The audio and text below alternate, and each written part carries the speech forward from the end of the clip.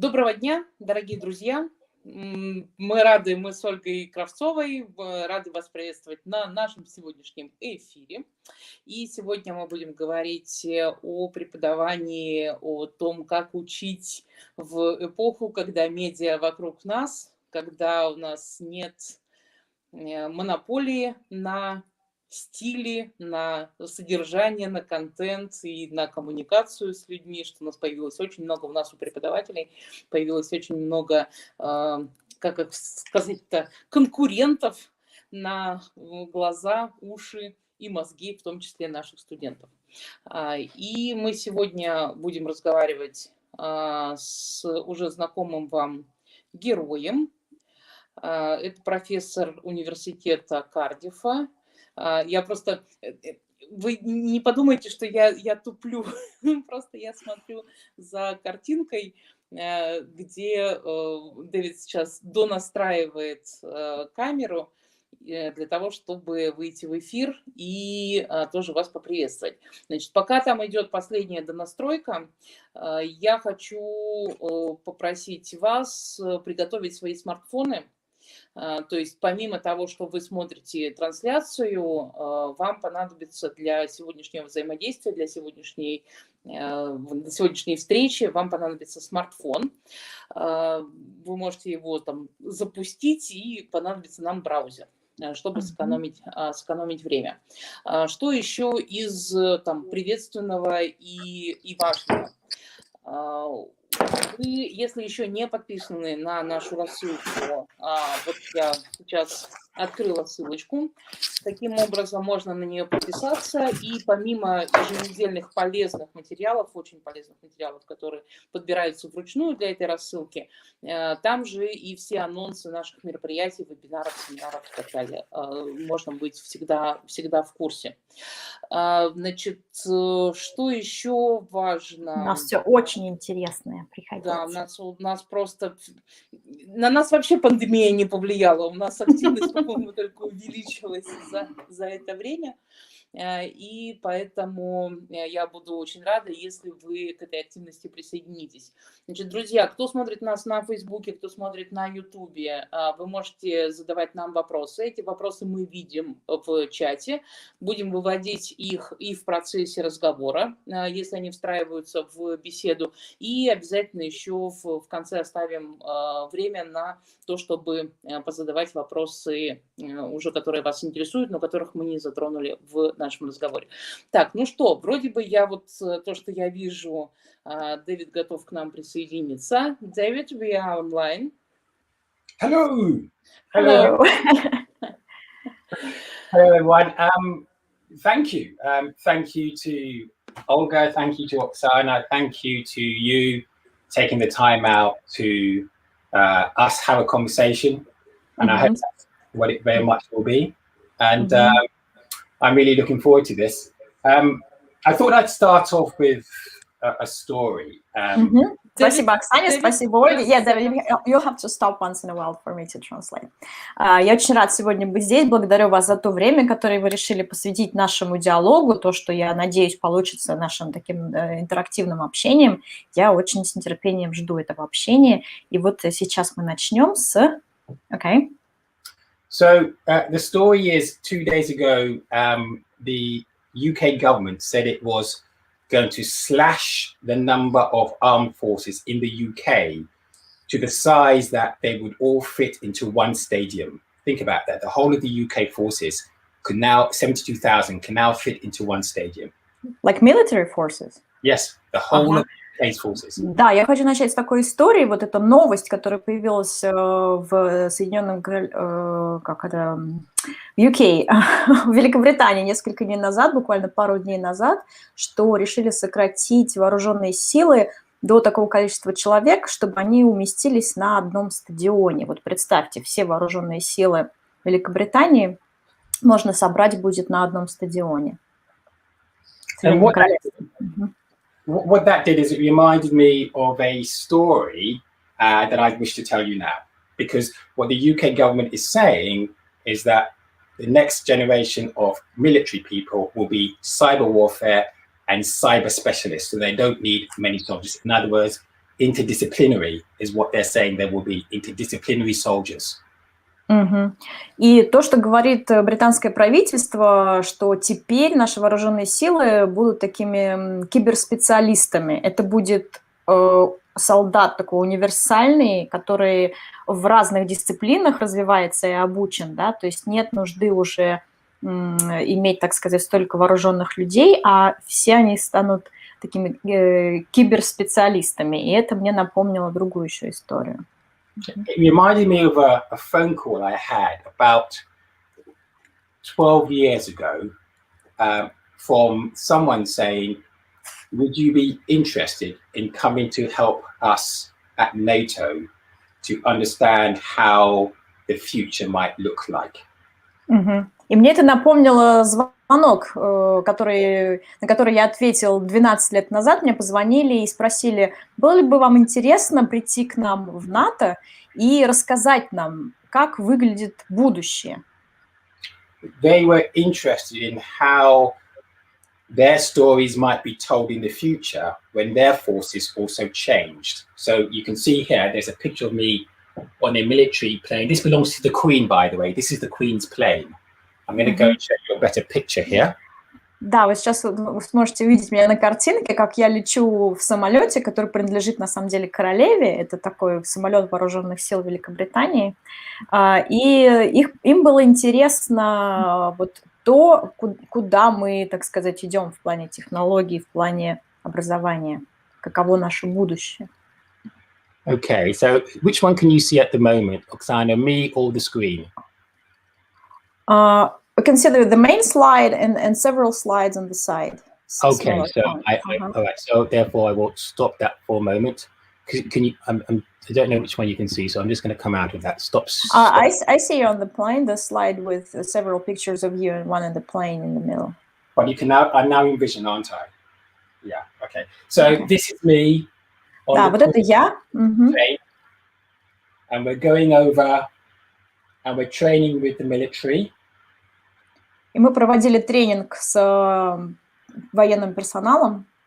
And we're playing war games. We're trying to understand how their soldiers will react to reporters. We're doing simulated games. И мы играем в такие симуляционные игры, военные игры, когда можно понять, как солдат, как военный реагирует на ту или иную ситуацию, и как он реагирует. How do they work with reporters? You said, or not? Yeah, they are going to do their job. We're going to do our job, but it's a big game. It's a huge game that we're playing. Но это такая большая игра, в которую мы играем. Военные должны проводить свою работу, делать свою работу, журналисты должны делать свою работу, но это такая огромная игра, в которую мы все вовлечены. So this picture here, just before this picture, some special forces have trained 3 lasers on me and are about to shoot me if I do something wrong. И вот до того, как была сделана вот эта фотография, где вы видите Дэвида и вертолет над ним, до этого на мне тренировались, показывали на меня там какими-то лазерными указками и говорили, что если я что-то сделаю не так, меня тут же пристрелят. And I will give that video to Oksana so you can see it. Да, я Оксане передам этот видеозапись этого разговора, поэтому вы сможете посмотреть. Now, when you're traveling on the Queen's plane, I'm not allowed to tell you this, but at a certain height, at a certain time, you will be joined by one of these. Когда вы путешествуете когда вы летите на самолете, который принадлежит королеве, и я даже вам не должен этого говорить на самом деле, но на определенной высоте за вами летит вот такой вот сопровождающий. These are tornadoes. He got so close, I could see his face. И он настолько близко к нам был, что я даже мог видеть лицо пилота. So I'm trying to give you an idea of how serious gaming works, but I also want to tell you about just before then, I had been to another meeting. So if you finish that. Я просто хочу показать вам ситуацию, насколько она серьезная, насколько в серьезные игры мы вовлечены. А перед этим взаимодействием у меня еще была одна встреча. It was a Wednesday morning about 9 o'clock in central London. I walked into a meeting and I walked into the wrong meeting. Ага. Это была встреча в 9 утра в среду, посередине рабочей недели в центральном Лондоне, в центре Лондона. И я, так получилось, попал не на то собрание, не на ту встречу. Зашел не в ту комнату. I walked into a meeting where the people who were sitting there was the former head of the CIA, head of intelligence for the UK, and all these intelligence officials. Я зашел в комнату, где совещание проводили люди из ЦРУ, там был глава британской разведки, и вообще все, кто там присутствовали, они работали на таком, на топ-левел разведки, на высоком уровне разведывательных служб. But I was so confident in the way that I sat down in the meeting, they thought I was one of them. Но я так уверенно вошел и занял место среди них, сел за стол, что они были уверены, что я один из них, что я там к месту. After about 3 minutes, I realized I was in the wrong meeting, but I was so embarrassed I couldn't get up and move. Через примерно 3 минуты я понял, что я пришел не на то совещание, но мне было настолько неудобно, что я стеснялся просто встать и выйти. But I was talking to the former head of the CIA, and I got so involved in what they were trying to do that I said to him, "Can I interview you?" And he said, "Yeah, if you come to Washington," which I did, "you can interview me." So I flew to Washington to interview the former head of the CIA. Я успел побеседовать с бывшим главой ЦРУ, и так и нас захватил этот разговор, что мне захотелось взять у него интервью. И я спросил, можно я у вас возьму интервью? Он сказал, пожалуйста, если вы приедете в Вашингтон, я вам дам интервью. И вот тоже там есть фотография меня в Вашингтоне, как я действительно прилетел, чтобы проинтервьюировать этого бывшего ЦРУшника. My mother would be horrified. I mean, what are you doing? What are you doing? Моя мама бы пришла в ужас. Что ты делаешь, Дэвид, вообще? And then about 4 years before then, I always get phone calls. Why are there always phone calls? Someone rings me. Someone rang me. Еще 4 года до этого кто-то снова, еще раз я получила звонок телефонный, и почему-то всегда мне звонят, почему-то все эти истории происходят по телефону. And said, we are traveling to a place near Turkey, the Dardanelles, and we are trying to look for a famous World War I wreck. And would you like to come and dive with ex-British Navy people and Turkish police to find this ship? Dive, Deep dive. Мне позвонили и спросили, мы собираемся поехать в Турцию, там недалеко от пролива Дарданеллы, и найти там затонувший какой-то типа самолет времен Первой мировой войны. Интересно ли бы вам было поехать с нами, занырнуть туда и вот участвовать в этой экспедиции? Now, something happened at 30 meters below water. I ran out of air, and it was really touch and go, very delicate. I ran out of air 30 meters, and if I had done the wrong thing, I wouldn't be here now today.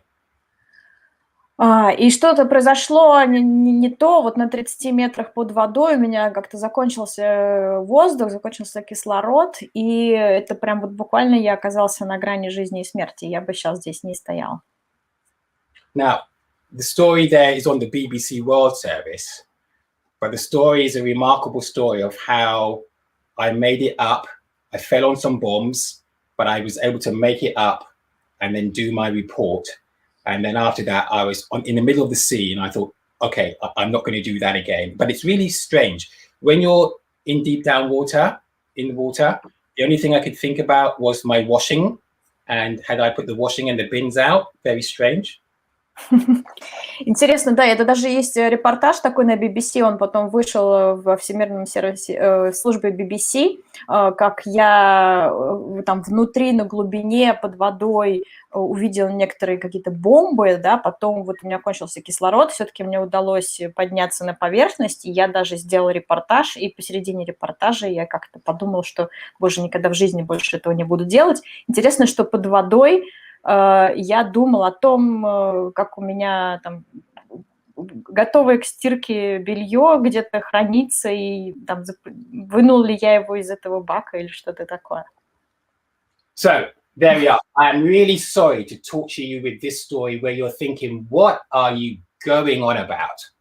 Да, я прошу прощения за то, что я мучаю вас такими историями. Вы, наверное, уже задаете себе вопрос, о чем вообще вы тут говорите.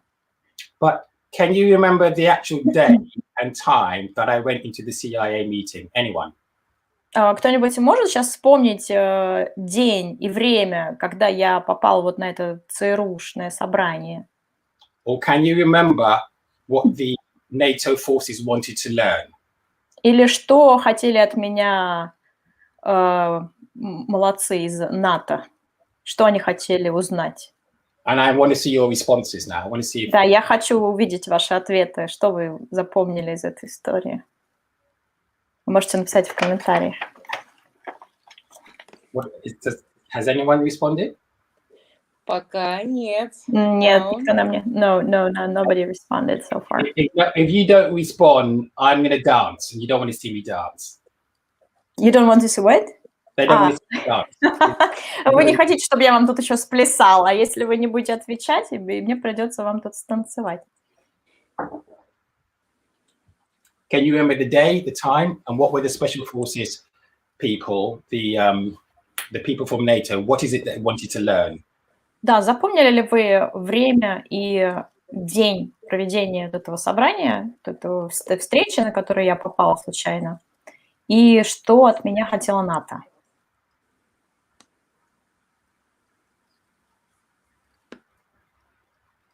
Any responses? There wasn't an actual date. They say there was a weekday, right? And the time. Yeah, it was a weekday, yeah. Да, это был день недели, мы называли, и время. Can't remember the date. Okay. No, people comment no. Okay. I remember I did say that. Yeah. Да, я помню, что я по-русски вроде бы это назвала. Okay. So I tell this story to my students, and I tell this story for 1 hour. I'm not going to talk to you today. This is the end of the story, but I tell that story for 1 hour.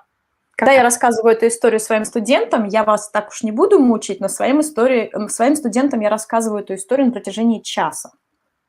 And I tell the story of me being underwater in much greater detail. И то, как я погружался под воду, я тоже рассказываю эту историю в гораздо больших деталях. Because I know what I'm doing. I'm hacking their brains. Потому что я знаю, что я делаю со своими студентами, я взламываю их мозг. Because if I've done my job well, you're following my journey. You can now recall who I met, where I went to, what meeting I went into, etc., etc., etc. Ага, потому что если я хорошо делаю свою работу, вы следите за моим рассказом, да, и вы помните, с кем я встретился, в каких обстоятельствах это произошло и так далее. I could have just said to you, today we talk about interdisciplinary. Я просто мог бы сегодня сказать, что мы должны применять мультидисциплинарный подход, Game playing, должны играть в игры and solving real life problems. и решать проблемы реальной жизни. But from my experience, the chances are most of the audience would just forget that because they're just facts. Но по моему опыту большинство слушателей, если им просто вот так перечислить, это все забудут очень быстро, потому что это просто некие вот факты, которые я вам назову. But you always remember a story. Но вы всегда запомните какую-то историю, если это история. So one of the things, particularly now we do on Zoom, I do it in real life, but we do on Zoom is we try and find stories to tell for our students to retain the memories of those facts. И мы со своими студентами, я это раньше делал в обычной жизни, офлайн, сейчас мы делаем по Zoom, мы ищем истории, которые можем рассказать для того, чтобы люди их запомнили. And by the way, we are going to be talking about these 4 things any moment. Да, и все-таки мы все равно будем говорить о вот том, что я перечислил, через некоторое время. Okay, so I'm now going to come on to close up on my camera. So let me just change camera so you can see me in much better detail. Stop camera. Я сейчас сменю камеру, чтобы вы увидели крупный план. and let me come FaceTime here. So you should be able to see me right here. Okay, so let me come over here then. Okay, so come back. This is a quote from one of the universities saying, we must create new models of learning and adopt tech hubs to fuse different subjects together. Это вот цитата, которую рассказали в одном университете, что университеты должны создать новые модели обучения и инкорпорировать в них такие технические хабы, в котором которые объединяют обсуждение разных областей, разных тем.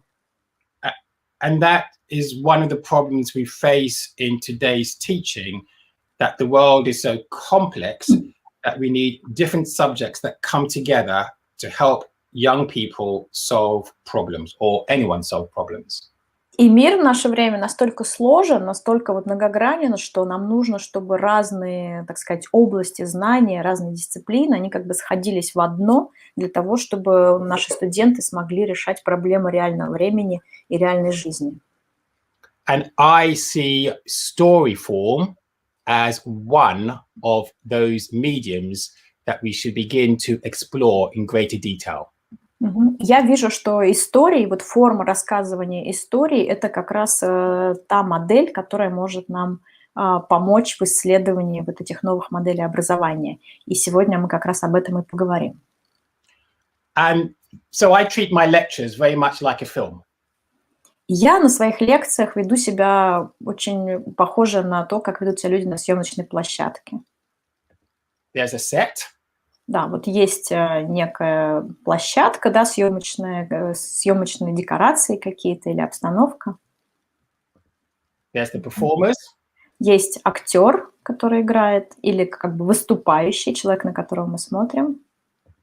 There's the director, obviously. Есть, конечно, режиссер. And there's you, the audience. Есть некая аудитория, зрители. And in many ways, this is what you see. This is what you see. И это то, что вы видите, да, съемочная площадка. So in Zoom particularly, the set and the framing and the light really matter for the amount of information people will absorb. Есть кадрирование, да, и есть свет, освещение. И вот особенно в Zoom это очень важно, насколько это все грамотно выстроено, потому что от этого зависит та информация, которую воспринимает ваша аудитория. So, for instance, you're about to see two pictures. One of them is my living room during the day, and the other one is my living room when I'm teaching. Да, вы сейчас увидите две картинки. Это моя комната просто вот в течение дня, и справа это моя комната, когда я занимаюсь преподаванием. And the mood is incredibly important. As with any film, you create a mood for the audience. И очень важен настрой, вот это настроение, которое мы передаем обстановкой, да, так же, как в фильме. Все вот компоненты фильма, свет и кадрирование, они создают определенное настроение. И также оно важно и в преподавании. So I'm going to take one by one those four issues that I spoke about at the top, and we're going to break those down. И мы сейчас поговорим последовательно о каждом из 4 пунктов, которые я вначале огласила. But before we do that, I want you to bear in mind that the set and how you and the framing of how you speak to them and the lighting and the whole composition on that Zoom or this presentation here are equally as important as the content we're going to give to them. И я хочу вам показать, хочу подчеркнуть, что вот то, о чем мы говорим, это обстановка, так сказать, съемочной площадки, да, это кадрирование, свет, освещение и то, как мы выстраиваем композицию, оно в той же мере важно для аудитории, как и контент, которым мы наполняем свое преподавание. And I know we're not filmmakers, but one of the skill sets on Zoom we're going to have to learn is framing, is lighting, and is how we compose the actual setting we're in. И опять же, хотя я знаю, что мы преподаватели, мы не киношники, да, мы не документалисты, но тем не менее вот все, кто сейчас преподают в Zoom или на какой-то похожей платформе, они должны точно так же освоить вещи, которые знают киношники, как построить свет, как выстроить композицию и как построить кадр. Let's deal with this man. If you haven't watched the video, please go and watch it. He's incredible. Да, начнем мы вот с этого видео. Did you want them? It's a long video. Do we want them to watch now? Not now, but after. Да. Если вы не видели еще вот это выступление, это TED Talk. We need the name probably to know. Mitra. Мы вам пошлем, наверное, ссылку, да, с Оксаной позже. Там можно настроить русские даже субтитры. Это примерно 20 минут очень интересного разговора о будущем преподавании, как бы о прошлом и будущем, куда мы идем, почему преподавание сейчас вот такое, какое оно есть, и как нам его изменить в будущем. He proposes an incredible theory as to why teaching in classrooms do not work. И он предлагает очень интересную теорию, почему обучение в классе, такое, к какому мы привыкли, оно больше не работает. What Mitra says is that a long time ago, when the British Empire existed in its manifest form, Митра говорит о том, что долгое время и много лет назад, когда существовала Британская империя в том виде, в котором она существовала, the British had engineered a system which was very bureaucratic in the way they ran systems, governments. Британцы разработали очень четкую, очень такую бюрократичную систему управления людьми, которая очень хорошо работала вот с точки зрения правительства. He likens it to an 18th century internet. И он сравнивает это с таким интернетом XVIII века. He says the Victorians were so clever that if they needed to train someone to go and work in either India, Africa, Australia, or Canada, they would all have the same basic system to be able to run a government. Он говорит о том, что британцы построили такую систему образования, чтобы можно было взять человека из любого места, из Новой Зеландии, из Индии, из Канады или из Америки, и принести его в другое место, и он точно так же был бы там функционален и справлялся бы с теми же самыми обязанностями. So they invented a system that is with us today, schools. И они изобрели такую систему, которая, собственно, работает и сейчас. И называется она школа.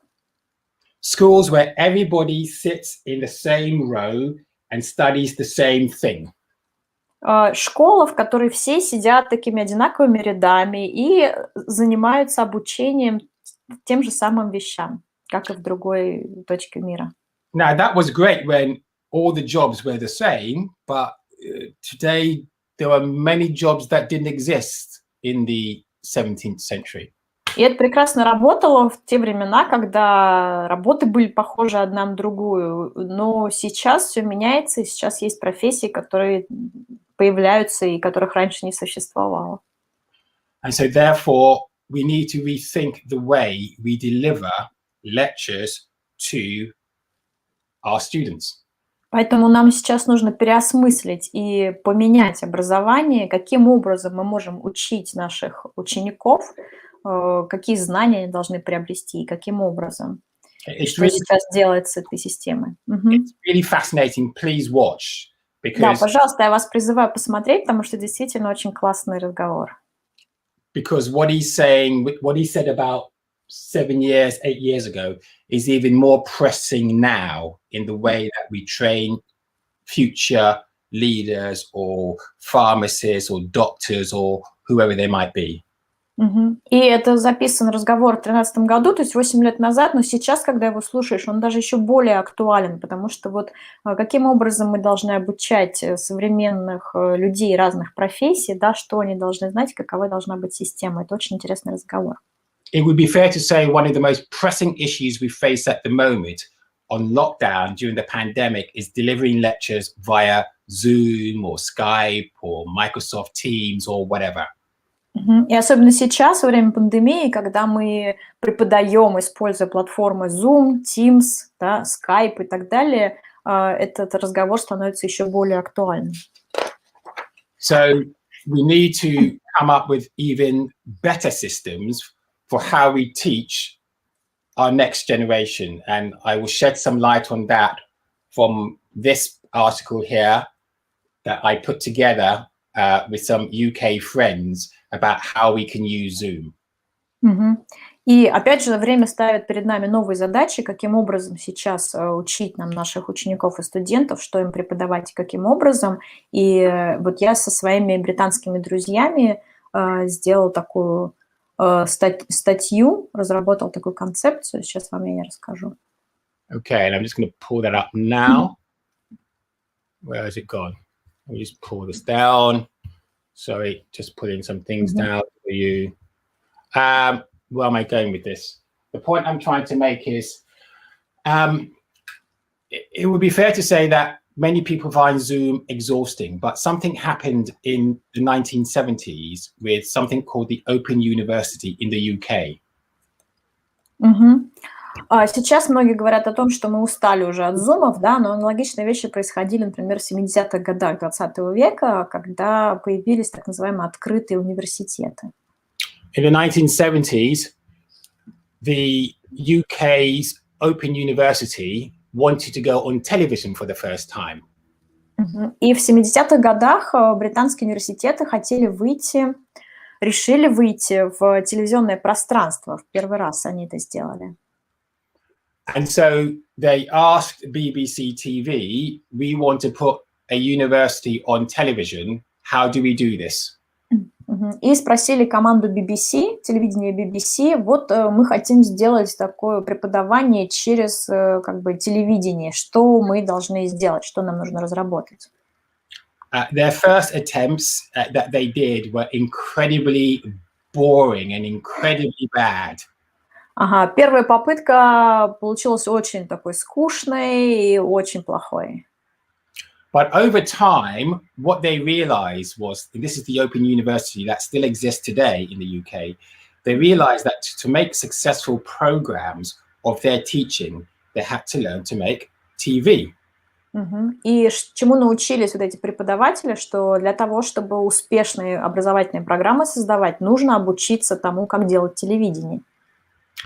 And part of that therefore meant the presenters mattered. They had to be performers. They had to be academics, but who could perform. Для этого нужно, во-первых, чтобы те, кто преподает, они были такими презентерами, как это сказать, ну, может быть, шоуменами даже отчасти. То есть тот человек, который презентует информацию. Now, I'm sorry I can't see you at the moment. Can you see my screen? Can you see what's on the screen? The diagram, this pie chart. Yes, the pie chart, yeah. So this is what we call a television wheel, where you divide 1 hour up into segments, and you change those segments so that your lectures reflect that, so that after, say, 5 or 10 minutes, you go on to a new item.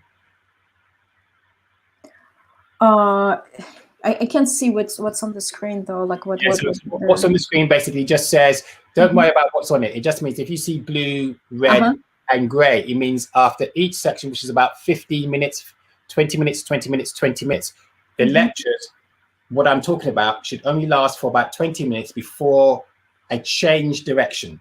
I see. Да, и вот нам вот эта диаграмма круговая показывает, что это как бы час разделен на несколько сегментов, и каждый сегмент не должен быть больше 20 минут. То есть если мы читаем какую-то лекцию, она не должна быть продолжительнее, чем 20 минут. А затем нам нужно менять как бы направление, менять формат. Now, if you imagine you're watching a program on TV, the first couple of minutes have to really grab your attention. Представьте, что вы смотрите какую-то передачу на телевидении, и вот буквально первые 2 минуты должны захватить ваше внимание. And for that, we come to game playing. Now, this article, I will send this article to Oksana, but you can see here, for instance, okay, I'll let you finish that, then I'll show you some more. Я пошлю эту ссылку Оксане, тоже, которая сможет это распространить среди наших сегодняшних участников. Но вот вы видите здесь экран Zoom, да? I'm using 3 cameras here. you can see I've given you a breakdown here how it's done. Ага, я вам покажу, как я это делал. Я там использовал 3 камеры. Okay, and then also up here you'll see another presenter who uses his background as an aesthetic, so therefore he engages his audience. This is a professor from one of our universities. Вот здесь вы видите тоже одного из профессоров нашего университета, у которого такой очень интересный задник, да, который тоже привлекает внимание аудитории, и он вот такой эмоционально что-то рассказывает. And then the last thing I'm going to show you here before we move on, I'm not going to show you that summit. I'm just going to introduce you to, this is a TV pop-up studio, how we devised the pop-up studio again. And then I'm going to introduce you, here's the article that I would say, if you have time, where it talks about 40 years ago, the Open University attempted to do television and what happened. Да, если у вас есть время потом посмотреть на эту статью, вы можете прочитать вот всю историю целиком. Вот что случилось 40 лет назад, когда вот эти открытые университеты решили, так сказать, вступить в взаимодействие с BBC и научиться презентовать образование в таком телевизионном формате. Вы там видели студию телевизионную и то, как можно выступать с разных камер. If we come back to this, we've looked at, in many ways, the problems we're facing. The problems we're facing are about how we lecture in the modern times and also how we lecture over something like Zoom. И вот отвечая на вопрос, какие проблемы сейчас стоят перед нами, вот то, что Митра поставил, как мы преподаем в наше время, как мы должны преподавать, да, и более частный вопрос, как мы преподаем через Zoom и аналогичные платформы. And here's why I want to talk to you about one of the most important parts of, at least for how we're delivering lectures, and that is using game playing or gamification. И также я хотела с вами поделиться вот тем, как мы вовлекаем наших студентов в процесс обучения. Мы используем, например, игры. And on that, I would like us to play a game. И я бы тоже хотела, чтобы мы сейчас сыграли в игру. Okay, so I'm going to show you a screen. Сейчас я поделюсь экраном. Where are you? Where are you? Where are you? There you are. Right. Yep, you're there. Now. So I've only asked you 2 questions, but I would like you, oops, sorry, exit. I would like you to go to this page. Так, я бы хотела, чтобы вы сейчас открыли вот эту страницу. How do we... Yeah, you're going to see it in a moment. You're going to get it in 2 seconds. So here you are. So they go to Kahoot. Kahoot.com. And then when they get there, they put this PIN number in. Ага, попробуйте пойти сейчас вот на Kahoot. Is it Kahoot.com or .it? I think it will be, sorry, .it, you're right. Ага, да-да. Вот там ссылка, видите, www.kahoot, через K, kahoot.it, и там введите вот этот PIN 773-7200.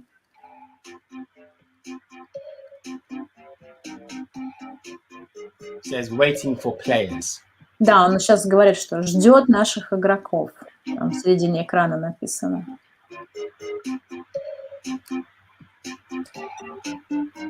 So when you get to Kahoot, it will ask you for...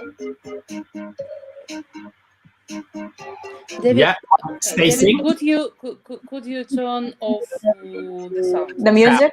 Okay, you don't like the sound. Here goes. I'll make it louder. No, sorry. All right, so Luco and Stacey, hello.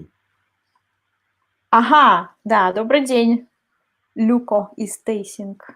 Так, я сейчас тоже. They cracked it. Olga, Lena, hello. Добрый день, Ольга и Лена. Так, see you next time on this screen. Yeah. Anyone else? Так, еще кто-нибудь к нам присоединится? Таня. Таня. Добрый день, Таня. Let's give people about 2 minutes because they're from Jane. Джейн, See you, классно. Jane. Давайте еще парочку минут подождем, чтобы народ успел зайти. Присоединяйтесь к нам на kahoot.it.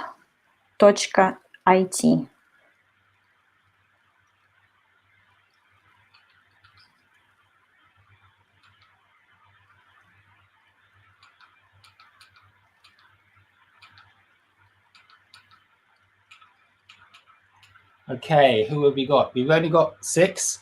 Any more? Oh, Oxy, 25. Mikhail, you're wonderful. Отлично. Так, у нас сколько? 8 человек. Ага. We have 8.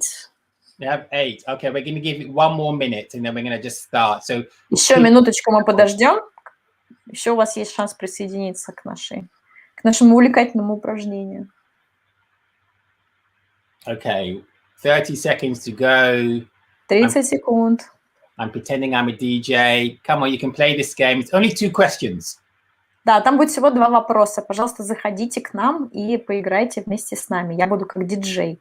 And I will send a bottle of the best champagne, I'm joking, to the winner. И я пошлю, ну это на самом деле шутка, бутылку самого лучшего шампанского тому, кто победит. Okay, all right. So we're going to count down 15, 14, 13. Okay. 12 секунд. 11, 10, 9, 8, 7. All right, so here goes. So question number 1, you might need to translate it because the time is, so you only have 20 seconds. So here we go. Let's see who's going to be the winner. Так, вопрос номер 1, но нам нужно будет время для перевода. Там 20 секунд. Так. Какой известный режиссер, российский режиссер? That can be found. I didn't see the question. It's found Alejandro Inmoritus. Так, какой известный российский режиссер использовал сцены, которые можно обнаружить в, как это, последний фильм с Ди Каприо назывался «Выживший», Александра Инариту. I'm going to come back. Tarkovsky. Yeah, I'm going to come back because it takes you a long while to translate. Yeah. I need to. It's not your fault. I only had 20 seconds on it, so I'm going to play the game again. Oh no, I've kicked them out. I've kicked them all out, have I? Oh no, I've kicked them out. See, our problem is, if it was English speaking, they would have taken 10 seconds to get this. Да. Извините, у нас без репетиции получилось, что слишком много у меня ушло времени на то, чтобы прочитать и перевести, и 20 секунд кончились, и что-то у нас там, нас всех выкинуло из игры. Так, теперь надо перезайти. So we re-enter? Yeah, you got to re-enter because так, теперь нужно перезайти вот новым кодом. If I thought about it, I would have given it 40 seconds for the translation. I didn't think. Can you show? So once you show the question, the time starts running, right? Yeah, I'm going to tell you the next question so that you can tell them when it starts running. Yeah. Because that way you know the question. The next question is which. There's only 2 questions. The next question will be which Russian film was voted the best documentary by a famous British magazine. Yes. Don't tell them. Don't tell them. Yeah. Okay, so we're going to play now. We're going to play 5 of you in there. Thank you so much. Let's play the game. So who's going to win this one? So here we go. Oh no, Mikhail's come back. Thank you, Mikhail. This is all part of it. All part of making mistakes. I'm getting. Oh, okay's come. This is a new person. Okay's a new person. Well, Tanya. Okay, 8. Okay, so we're going to go now. Who's going to get there first? In the next. Okay, let me put the sound down because you hate the sound. The sound is wonderful. Right, here goes. Let's start. Here we go. On your marks, get set, go. Какой российский документальный фильм был признан британским журналом лучшим фильмом? The first one is which renowned Russian film director has multiple scenes that can be found in The Revenant? У нас еще пока первый вопрос идет. Какие сцены из... У какого режиссера есть аналогичные сцены? Так, Андрей Тарковский, Дзига Вертов, Эйзенштейн или Александр Дранов? Okay, 4 answers. Quickly. Ah, okay, right. So 4 got it right. Ага, четверо ответили правильно, что это Андрей Тарковский. Okay, let's see who got there the quickest. Oxy, 25, 746 points. Okay. Ага, так, Окси у нас набрала 746 очков, потому что быстро ответила. То есть еще тут от скорости зависит. Okay, and now second question. It's not me. It's not me. It's not you? Okay. Okay, next question is the one about which Russian magazine, which Russian film director is voted the best documentary maker ever by, here we go. Так, какой российский фильм был признан самым лучшим документальным фильмом, по мнению известного британского журнала? Так, Александр Сакуров, Russian Ark, «Человек с камерой» Зиговертов, Олеся Лепишина, «Американская мечта». Harry. Oh no! So, who got that right? Only one. The others didn't play. Okay, who got that right? Ага. Один у нас правильный ответ был. So, here we see now third place, Luco. Second Okay. place, Oxy. First place is Lina. Лена у нас на первом месте, да, на втором Окси 25 и на третьем Люко. Okay, now this is a classic game we play to break down the students because they participate. И это такой классический пример, когда вы вовлекаете студентов, своих учеников в игру, и это разбивает как бы их внимание, привлекает их внимание и заставляет их вовлекаться. And Lena is probably feeling really good at the moment, yeah? И Лена, наверное, сейчас себя очень хорошо чувствует, потому что она победила в этой игре. Да? Yeah, so participation at the very beginning on our Zoom platform means that I will ask questions according to the lecture I'm about to give. And that way of participating means they also feel very happy. И вот когда мы в самом начале в нашей Zoom-лекции или на другой платформе вот вовлекаем студентов в какие-то ответы на вопросы, которые касаются того, о чем мы будем дальше говорить, это вот дает такое более активное участие, активное внимание. This here, we know that if you feel happy, your brain releases more dopamine and you form stronger networks. There is a reason why if you feel happy or you laugh at a joke, you remember it. И вот здесь такая схема, Дэвид показывает на головном мозге, что когда мы счастливы, чувствуем себя довольными, у нас выделяется дофамин, да, и мы запоминаем эту ситуацию, потому что она связана с некой радостью. Now, I know for some of us, we might say, well, hang on, I teach very serious subjects. I teach war. How can you laugh at war? I'm not laughing at war. I'm giving them a quiz so that they can release themselves.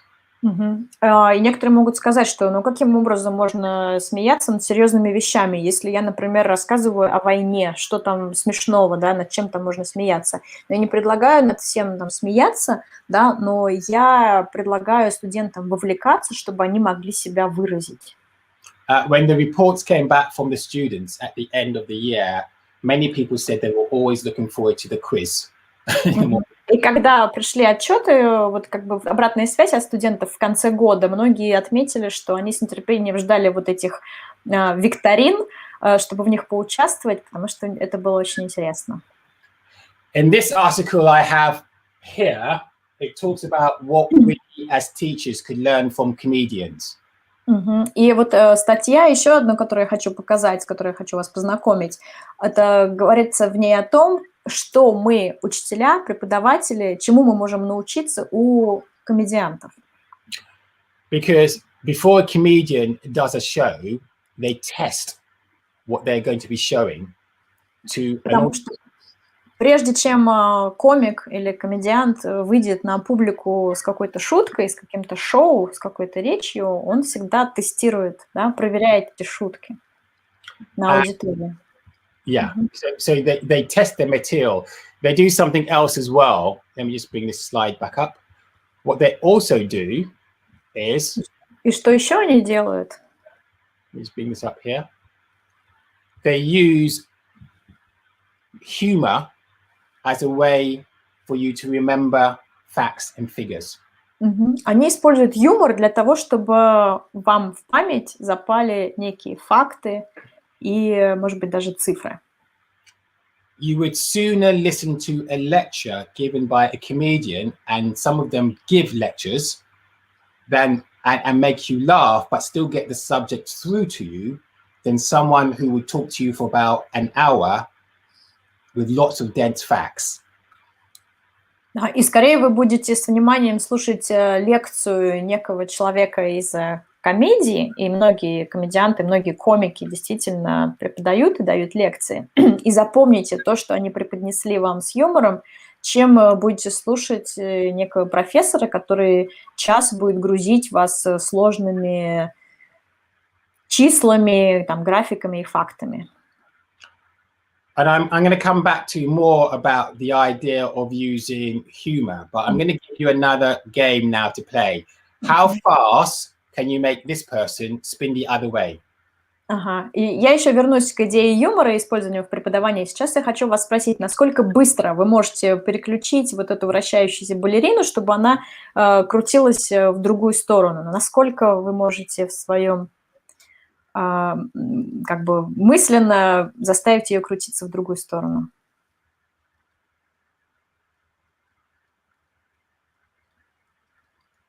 How are people doing? Are people putting it in the Каковы ваши ответы? Вы можете ответить тоже в комментариях. Насколько быстро вы можете переключить, крутиться она по часовой стрелке или против? I can do probably in couple of seconds now. Before I thought it was longer. 5 Okay. seconds. Oh, some people are really quick. Have people been able to make us go the other way?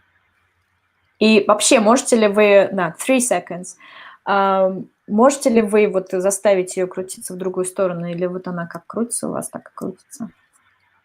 Every time I ran this experiment, there are some people who can't get her to turn, and they get very frustrated. The user says, I know the secret, you need to look on her left leg.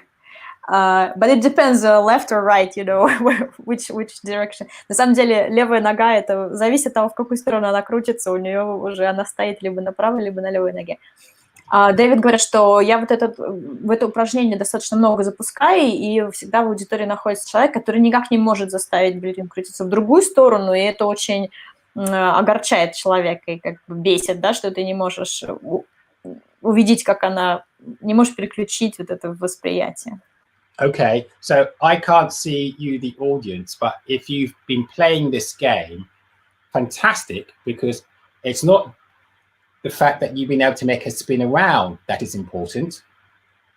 Я не могу вас сейчас видеть, да, но вот если вы в такую игру уже играли или играете, это фантастическое упражнение для того, чтобы посмотреть. То есть важно не то, что она крутится. It is now that you feel comfortable enough to participate in something whereby you don't have to learn anything. So you're using your natural ability. People will naturally engage in something when it isn't testing them beyond their knowledge. И всегда интересно, всегда приятно вовлекаться в какое-то упражнение, когда с вас как бы никто не спрашивает результатов этого обучения. То есть вы просто естественным образом вовлекаетесь, потому что вам интересно, потому что вам любопытно, да, но вы как бы не обязаны из этого что-то там выучить. The book that is really worth getting is called Thinking Fast and Slow by Daniel Kahneman. Да, вот книга, которую я рекомендую, Даниэла Канемана, по-русски она, по-моему, называется «Думай медленно, решай быстро». Очень полезная. I want to show you a graph that I'm going to construct that is interest. It's a film graph, but it also relates to our natural interest. If I draw a graph here, one line down here. Я хочу здесь изобразить график, который применяется в кинематографии, но он, в принципе, вот это график нашего внимания, как называется нашего внимания. Если на оси горизонтальной это время, а на вертикальной это интерес. So this is time and interest. Films usually start like this. Фильмы обычно начинаются вот так. When there's action. Когда есть какое-то действие, да, action. When there's talking, this is what happens to your interest. Когда начинаются разговоры, интерес выходит на такую плоскую поверхность. Once there's action again, когда опять идет action, у нас опять интерес растет. And then there's talking again. Ага, а потом опять мы слушаем разговоры, и опять наш интерес замедляется. So good films do this. Поэтому в хороших фильмах используется вот такое наращивание интереса. And most films over here, this is where the explosion happens. Ага, здесь происходит некий взрыв. Okay? Or there's another resolution here, another explosion, or there's something funny. Или что-то еще здесь происходит, или что-то смешное, или какой-то еще взрыв. So using this film time graph, И используя вот этот график интереса к фильму, we can begin to plot a lecture by saying, what do you put here first? Мы можем как бы расписывать сценарий нашей лекции. Что нам нужно поместить в начало? It's storytelling. Это некий рассказ, storytelling. But there will come a time, and they say it's around 20 minutes on Zoom. Но потом приходит время, скажем, вот вы уже 20 минут что-то рассказываете в Zoom. Where it flatlines. Когда интерес приходит к такой плоской прямой. Flatline is good because it allows your brain to rest for a bit. И плоская, на самом деле, это неплохо, потому что это позволяет мозгам немного отдохнуть. But if you let it go for too long, this is what happens with students. Но если слишком долго давать им отдохнуть, да, интерес уходит уже вниз. Their interest goes to zero. Да, и интерес падает до нуля. So we're actually designing here how I would do my lecture. И я разрабатываю дизайн, я как бы делаю структуру, сценарий того, как я выстраиваю свою лекцию. So I would have something here, like a story to start. Что-то у меня будет в начале, я туда закладываю какую-то историю, с которой можно начать. Here's why we start to talk about my facts, interdisciplinary, knowledge, whatever, yeah? Мы начинаем говорить там о каких-то фактах, как мы говорим, что нужно использовать разные дисциплины, что нужно использовать разные подходы. And then I know those facts, you will take them in. Я знаю, когда вы усваиваете эти факты, я знаю, что вы усваиваете эти факты, потому что они последовали за некой историей. But then over here, I need to do something to get your interest in. Но вот на этом моменте мне нужно что-то сделать, чтобы опять захватить ваше внимание и пробудить ваш интерес. Given what you see me do so far, what do you think I might do? Что вы уже вот видели сегодня? Что я... You mean like an example what you did today? Yeah, I've done something today to pique your interest, to help... Да, что я делал сегодня, чтобы захватить ваш интерес, чтобы привлечь ваше внимание?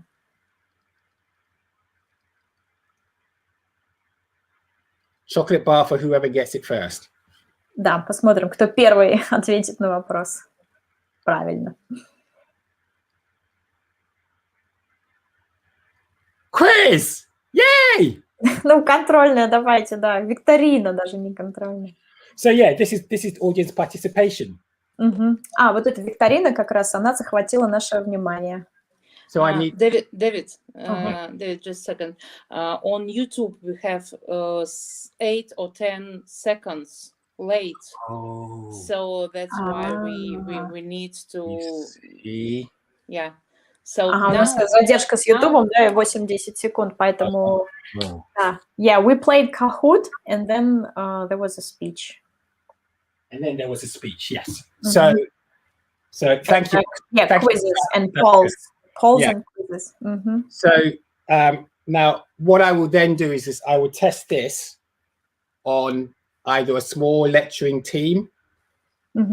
И что я в процессе подготовки, в процессе разработки этого сценария, что я сделаю? Я это протестирую на команде такой небольшой, да, или на какой-то небольшой группе людей.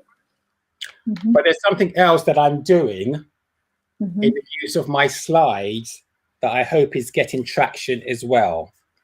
Но еще кое-что я делаю со своими слайдами, то, что мне кажется работает. Now, I'm going to do something here by racing through my slides to see whether you can see a pattern in my slides. Сейчас я пробегусь по своим слайдам, посмотрю, можно ли там увидеть вот этот паттерн, рисунок.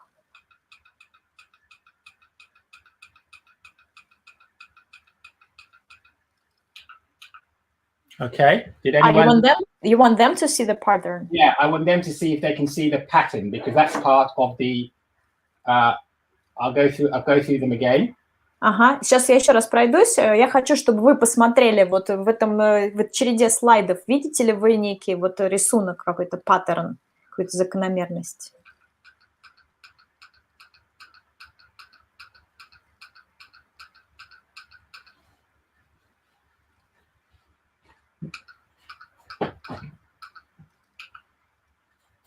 Anyone?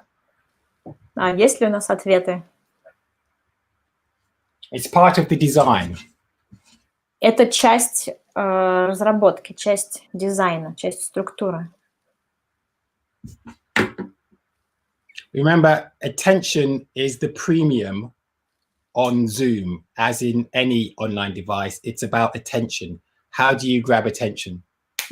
Помните, что первая вещь, которую вы хотите завладеть в Zoom или вообще на любой онлайн-платформе, это внимание. То есть это задача номер 1. Как захватить внимание, как привлечь его. Лого. Logo, yes. But Да. what? Square or round shape. Yeah. Okay. What about the size of text versus slide collage with different or versus slide with one picture? Okay. What about the amount of text on the slide and the nature of the picture? Что мы можем сказать про количество текста на слайде? There are different zones for placing the text. Yeah. And the different font, like a large versus smaller. Okay. So I'm trying to make the point here that most times when we devise slides, they tend to be very heavy with words. They don't work. They don't tend to work. Да, что я хочу сказать здесь, часто, когда мы разрабатываем презентации, у нас слайды перегружены текстом, и они плохо работают. Short text here. Short text, yeah. Short text and strong pictures, if you can, because you want the pictures to drive your narrative, not for your text to drive your narrative. Да, я стараюсь использовать короткий текст и яркие какие-то картинки, потому что вы хотите, чтобы картинка, так сказать, вовлекала вашего студента в историю, да, и рассказывала историю. Now, what you're seeing these slides, but when I come to deliver my slides to my students, then I put the text on. But when I'm presenting it, it only has trigger points that I use to tell them the story. I want them to engage with me, not to be reading the text. И здесь вот вы видите текст, а я когда показываю своим студентам, там, в принципе, одни картинки, потому что я хочу, чтобы они слушали меня, чтобы этот текст говорил им я, да, а они не читали его с экрана, со слайдов. Here's another game, and I want you to pay particular attention to the picture. I'm going to ask you a question, and you need to study the picture. Сейчас я вам еще предложу одну игру. Я хочу, чтобы вы очень внимательно посмотрели на эту картинку, которую я вам покажу. Okay, so here we are. So, this question says, how many bears can you see in this picture? Вопрос к этой картинке таков. Сколько медведей вы видите на этой картинке? And I'm going to give you 10 seconds. Oh, we need a little more probably. Я вам хочу дать 10 секунд. Okay, I'll give you 20 seconds. Окей, 20 секунд. Сколько медведей вы можете насчитать на этой картинке? All right, 10.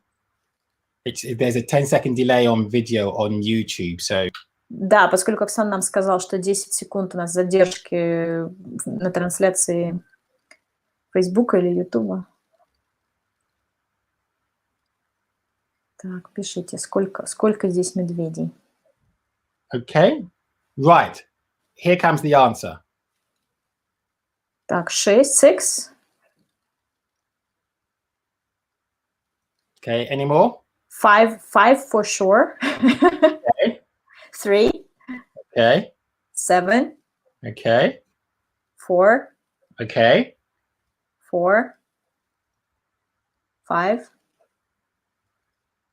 5.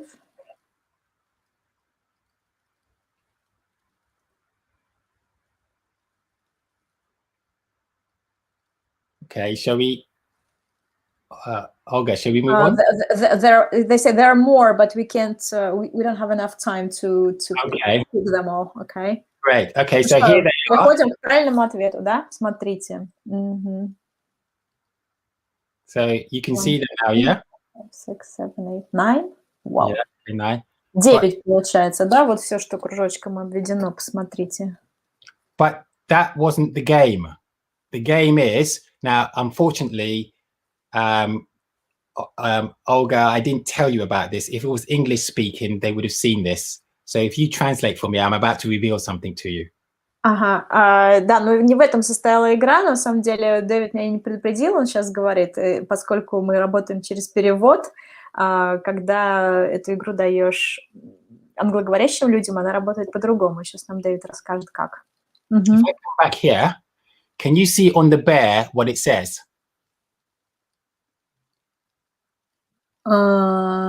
Stop counting. That's my game. Aha. Да, вот если мы посмотрим на вот этого мишку, который такой явный, да, в середине справа, там на нем написано «перестань считать». And there's another one at the bottom here as well. Stop counting.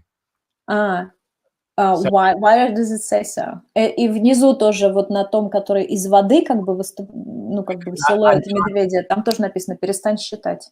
Because I'm trying to get this, I'm trying to use this to tell the students to pay attention when I'm talking to them without telling them to pay attention. If you think about it, when I use this game and then after I say, did you see the sign? They all go, oh, and I said, right, be careful therefore about what I'm about to show you. Study what it is I'm showing you and don't just take my instructions. It's important you follow this. So do you understand my point? No, you have to explain to me first. Okay. So when they start counting and the bear says stop counting. No, that's going to be there. So what happens is I give them this. I say, I'm going to give you 10 seconds. The ones who saw the stop counting will stop almost immediately and just go, I ask them how many, they go 1, 0, 0, 1. I go, great. Other people will say 7, 8, 9, 7, 8, 9. I say, did you see the sign? You weren't studying the thing I was giving to you. Please study the thing I'm giving to you. It's a way of telling them to be more, what's the word I'm thinking of? More particular without telling them to be more particular. So I'm using a game to instruct them somehow to be pay more attention to the details, because it's very similar to the bear game. Have you seen the bear game? Okay.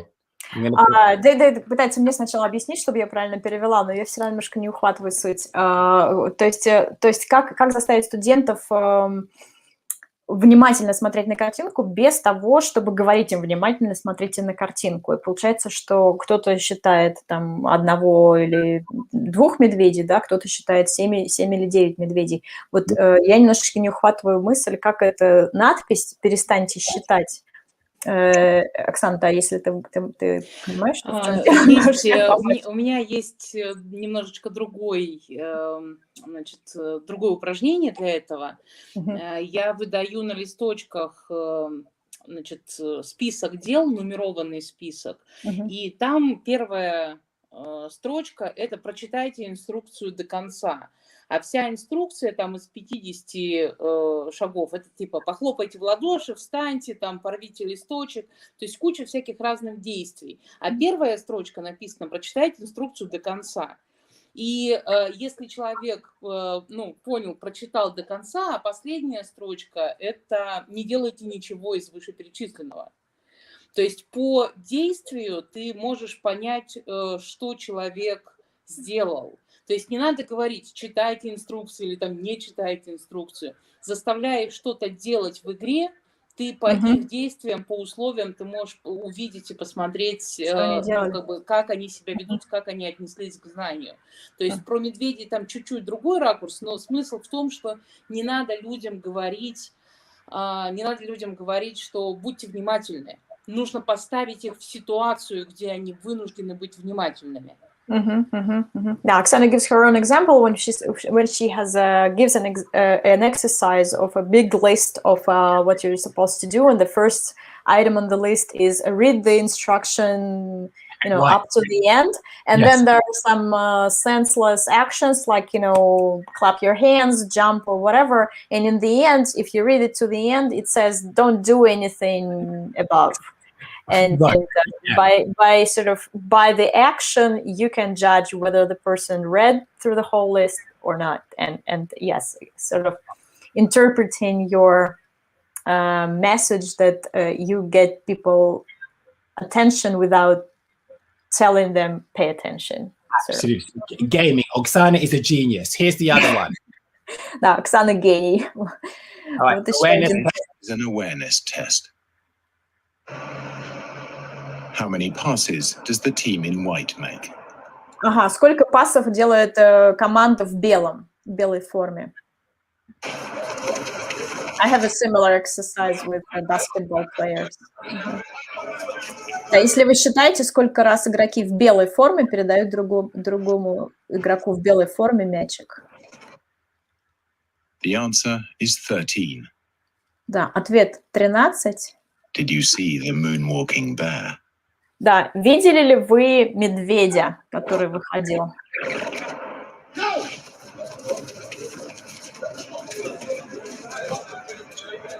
Ага. А сейчас видели вот эту лунная походка медведя? So again, to just using gaming to get people involved. When you get them involved and they're participating, they pay more attention. This is what we found. Опять же, месседж состоит в том, что когда люди играют в игры, они вовлекаются, они обращают на что-то внимание, да, вы захватываете их внимание, и тогда они лучше участвуют в процессе. We might think, and I really want to make this point with gaming. We might think it's really something that has no place in our lecture rooms. But I would probably say we could do by rethinking that. И вы можете мне сказать, что не во всех лекциях есть место каким-то таким вот вставкам, но я могу утверждать, что если вы так считаете, может быть, вам нужно передумать. I spoke earlier about the NATO war games, which is huge in a big field in Sweden or Norway somewhere. I want to talk to you about a place in the UK where they train the next generation of army people. И мы говорили уже немного о таких военных играх, которые НАТО проводит где-то в огромных полях Норвегии или там Швеции. А еще есть в Великобритании тоже такие учения. And what's remarkable about this is that the way they train them is similar to the video to the slide I showed you earlier called Hole in the Wall. Very similar to this. И то, как они обучают, очень похоже на этот слайд. What they do is they let people onto a game. Опять же, они повлекают людей в игру. This game over here, I don't know whether you can see it well. Let's bring you close. Если мы попытаемся приблизить, не знаю, как вам там видно на экране.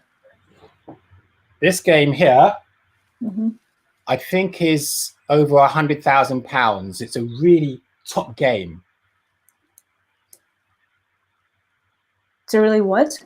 It's one of their. It's like expensive or? Very expensive, yes, very expensive. Это очень дорогая игра, больше там 100 тысяч фунтов она стоит. But the game they use to train their next leaders costs $40. Но Те игры, которые они как бы используют для обучения лидеров будущего, стоят всего $40. It's a game called Artemis. Like the Greek goddess? Yes, and I'm just going Она называется Артемида. Okay, let me just stop screen share. You can see me now. I'm going to go and find that. Because what they do is they let about 20 people into a room. Что там происходит? Там примерно 20 человек участвуют в комнате. And this could be on Zoom as well.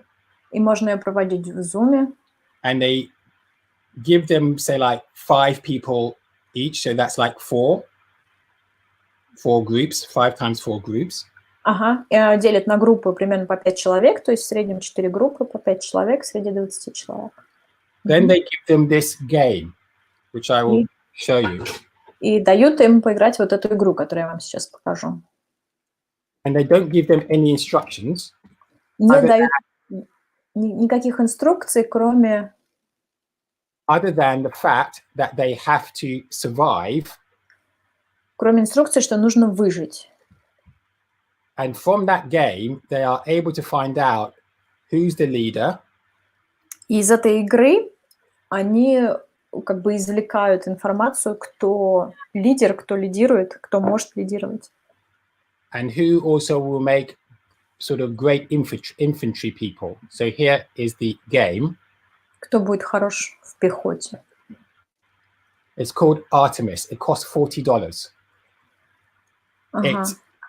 It by default, without telling people how to play the game, people learn to play the game within 15 minutes, and then they self-organize.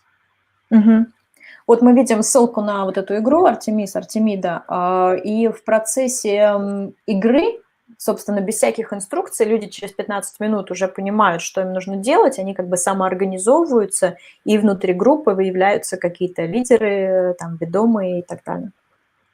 So a couple of things are going on here. The Defense Academy is using a game to find out those who have a lot of knowledge and those who aren't quite capable of doing some things. Получается, что Министерство обороны использует игры для того, чтобы понять, у кого много знаний, у кого много навыков для выживания, а кто-то не очень с этим справляется. And this game, when you play, and anyone can play, you can buy this. It's only about $40. И любой человек может купить эту игру. Вы можете купить эту игру, она стоит всего около $40. It brings people together at the beginning of either a semester or whatever project you want to do, because you very quickly can identify who you can target to give them more help and who are the leaders in your team who can help you. И если вы в начале семестра или в начале какого-то проекта совместного со студентами вот запускаете такую игру, вы очень быстро тогда определяете, кто потенциальный лидер, да, кто может там вести за собой, кому нужно больше времени или какая-то дополнительная помощь в освоении материала. То есть вы как бы видите уже вот эту динамику внутригрупповую. Okay, so I'm just going to come off that screen for a moment. Stop screen, and you'll read me again. So I cannot stress enough how, in whatever form or shape of whatever it is you're teaching, the ability to make people relax at the beginning, engage with one another, is a very good way to get people involved in our teaching. И тут нельзя переоценить вот важность этого сообщения, что когда вы своих студентов в начале своего преподавания как-то побуждаете расслабиться, да, включиться в какую-то интересную активность, насколько это эффективно для процесса преподавания, для процесса обучения. I've talked about the problems that we're facing and how we can use new methods. Да, мы поговорили о тех проблемах, которые перед нами стоят, и как можно использовать новые методы преподавания. I've talked about game playing. Я также рассказала вам о том, какие игры можно играть. I want to talk now about interdisciplinary. И я хочу поговорить о мультидисциплинарности, междисциплинарном подходе. And that is the idea that we enable students or those who want to learn to fuse different subjects together to stimulate them. И идея в том, чтобы соединить вместе разные области знаний, разные дисциплины, да, у наших студентов, у наших учеников, вообще вот у того, кто хочет чему-то научиться, как это все слить в такое единое целое. This is a picture here of me on the Syrian border. Здесь фотография меня на сирийской границе. I just show you here so you can see me. Here I am, share, and here I am. Сейчас я попытаюсь вам показать, чтобы вы меня там увидели. I'm second from the left. Can you see me? Да, я второй слева. Вот, видите, человек с камерой. We've just finished interviewing these young men who came from over the border. Мы только что закончили интервьюировать вот этих молодых ребят, которые перебрались через границу. They are chemists, actors, designers, medical doctors. Там у нас есть химики, дизайнеры, актеры, доктора. But they want to tell the story of Syria. Да, я хочу рассказать историю Сирии. And they all are combining together to bring their individual knowledge together in teams to become interdisciplinary. И все они приносят вот свои, так сказать, области профессиональных знаний, которые из разных дисциплин, для того, чтобы у нас получилась такая комбинированная единая история. So it was important for me that I was meeting them for the first time, and they were very skeptical of people from the outside. Интересно то, что я встречался с ними в первый раз, и они очень скептично относились к людям, так сказать, извне. It was very important that I gained their trust very quickly. Очень было важно вот это завоевать доверие быстро. And one of those methods included at the very early stage bringing them all together so that they could send their pictures to me. И важно было собрать их вместе, чтобы они все захотели мне послать свои фотографии. And the reason why that wasn't I did want the picture, but I'm going to show you it here. Let me just show you this here. I did want their picture, but I also needed them to form a bond. И тут дело было не только в фотографиях, которые мне, в принципе, были нужны, но в том, чтобы они сформировали вот эту связь, как бы привязанность. So stop screen, share screen. I'll just show you that picture. Да, сейчас я попробую расширить экран и показать вам эту фотографию. And here we are. So you can see that they're on the right. That's them there. And that's me. Ага, вот справа вот эта фотография, которая нужна была. So at the heart of the idea of interdisciplinary is bringing people together in what we call the wisdom of crowds. Bring their individual knowledge from different disciplines together to solve new problems. Да, опять же, вот идея вот этого междисциплинарного подхода в том, чтобы каждый свои какие-то индивидуальные знания, индивидуальную профессиональную область привнес в общее дело, то, что мы называем мудрость толпы, когда вклад каждого важен, и он формирует некую такую одну большую общность. Okay, and I'm just going to try and get this here. Oh, it keeps going down. Here we are. So I'm going to stop that. Oh, you can see me now. So I'm in the window. Okay, so interdisciplinary for me is a way of the future. There's a wonderful video, not from my school, but from a new university that is engaging in this. And I think it is the future. I think it is the future where different people can put together different things they want to learn, and they can make that their career. They you know, so a medic student can be a storyteller, can do video, can write.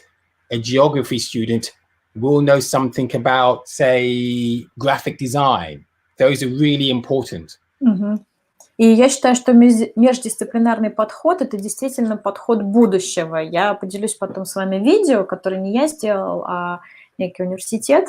Очень интересно. Но это как раз действительно показывает, как каждый человек со своими профессиональными знаниями может вложиться в общее дело журналистики, потому что, например, доктор, медик может прекрасно снимать и рассказывать историю, да? Географ может там, строить прекрасные графики и так далее. То есть вот этот подход с разных углов профессионально, он очень продуктивен. So on the bottom right, that's me 30 years ago as a student. Ага, внизу справа вы видите меня 30 лет назад, так когда я был студентом. Specializing, my degree was in maths and chemistry. You can see the graph, you can see my work. Ага, вы видите мои работы, я специализировался, мое образование было в области математики и химии. But I was, график сложный. yeah, but I was also interested in art and storytelling. Но меня также интересовало искусство и искусство сторителлинга, рассказывания историй. But I use maths, as you can see on the left here, with my journalism students. So we do mind maps. И на фотографии слева вы видите, как я вовлекаю своих студентов в то, чтобы они использовали математические графики для таких ментальных карт. And when I do it on Zoom, we still do mind maps, but I let the teams take over so that one map is replicated and other students contribute to it. И когда мы в Zoom проводим занятия, мы тоже делаем такие ментальные карты, когда я предлагаю некий там шаблон, да, и каждый студент может в него вложиться и добавить что-то свое. I'm very certain on this call we have some mathematicians and some scientists, so they will identify with this integration calculus sign at the top, right? Я уверен, что у нас среди аудитории сейчас есть какие-то математики, может быть, вы увидите там знак интеграла даже на доске, который используется вот на картинке слева.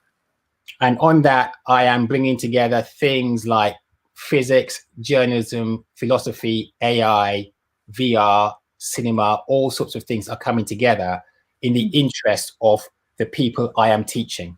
Да, я привношу в свои занятия и искусственный интеллект, и виртуальную реальность, и знания из математики, и знания из разных других областей. Все для того, чтобы вызвать интерес, для того, чтобы вовлечь студентов в процесс обучения.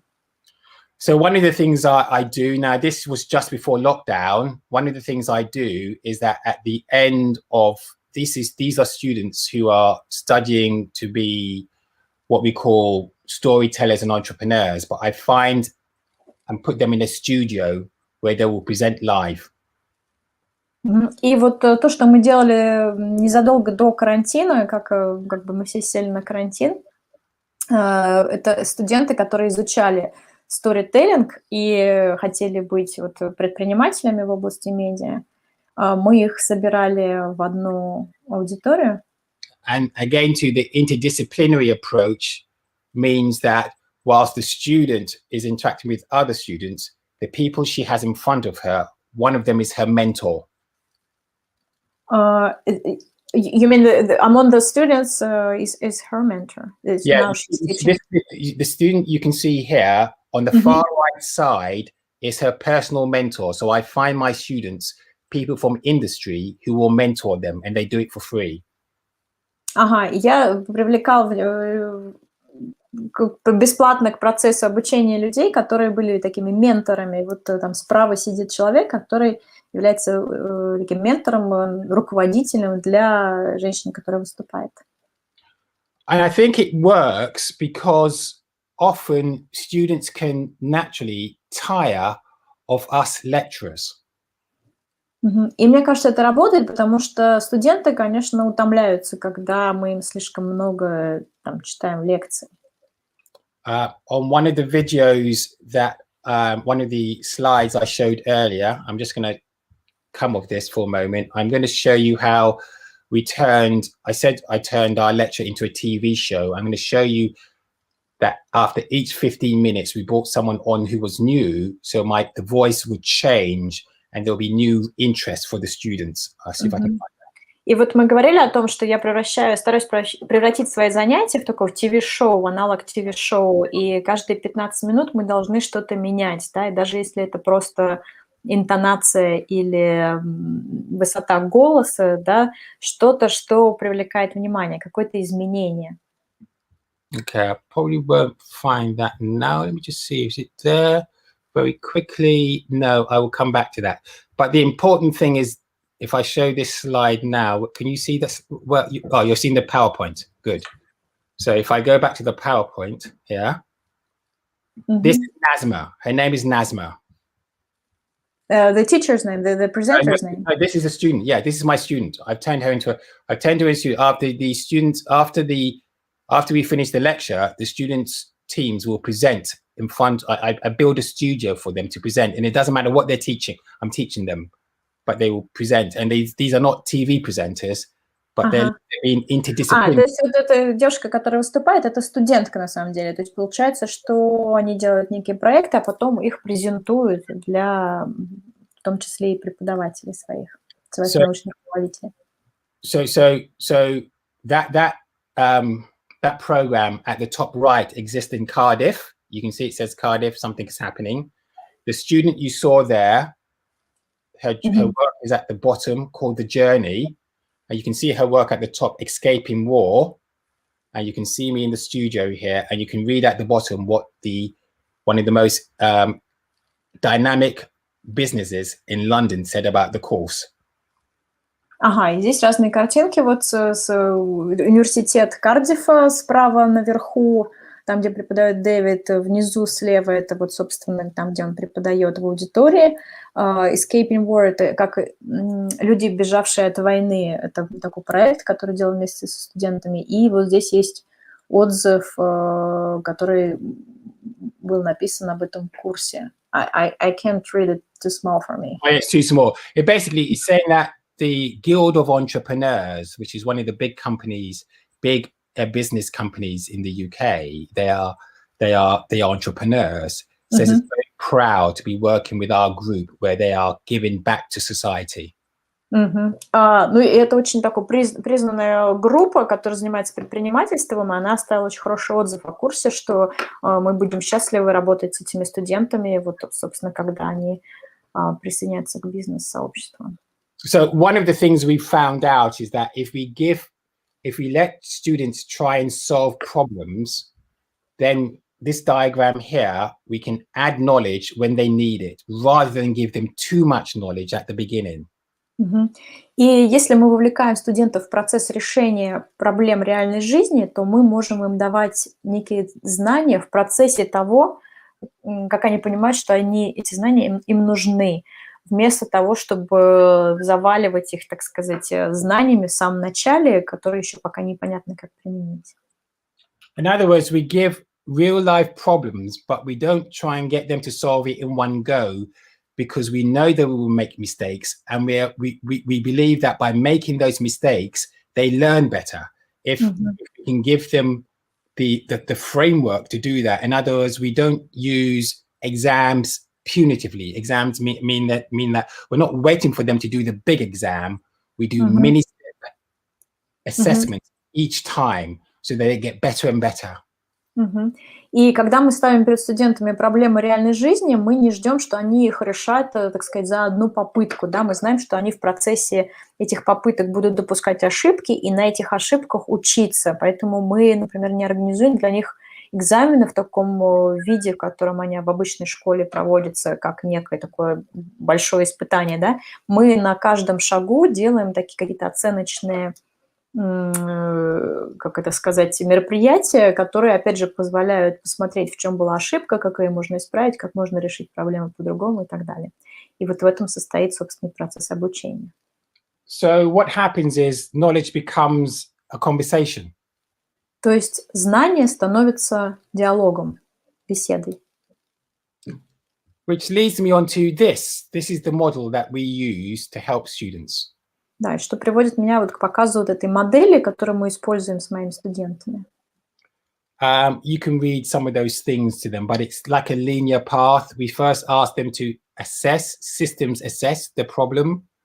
Сначала мы просим людей, студентов, оценить проблему, как бы проанализировать ее. Then they become creative Потом они вовлекаются в такой творческий процесс. They will often have a problem, so then they go look for knowledge. Они начинают понимать, как можно решить проблему. Дальше они идут искать то знание, которое им необходимо для решения. They will evaluate that knowledge.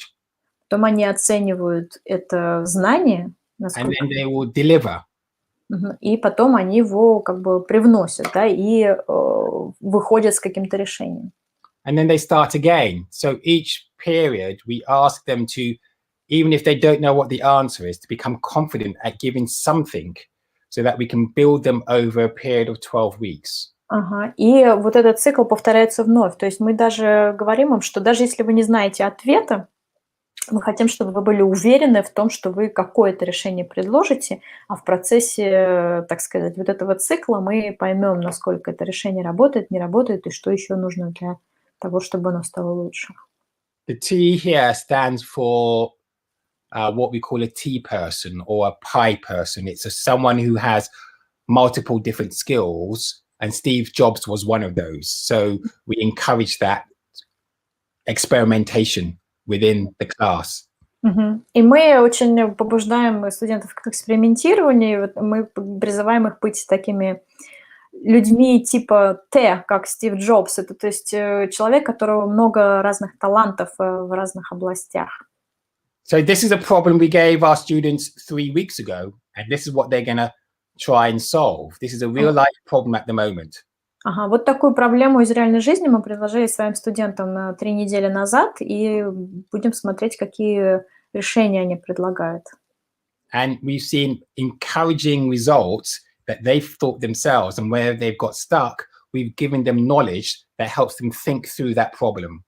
И они очень вовлеклись в этот процесс, и интересно им было разрабатывать какие-то решения, и когда они понимали, что им не хватает знаний, они, так сказать, шли за этими знаниями.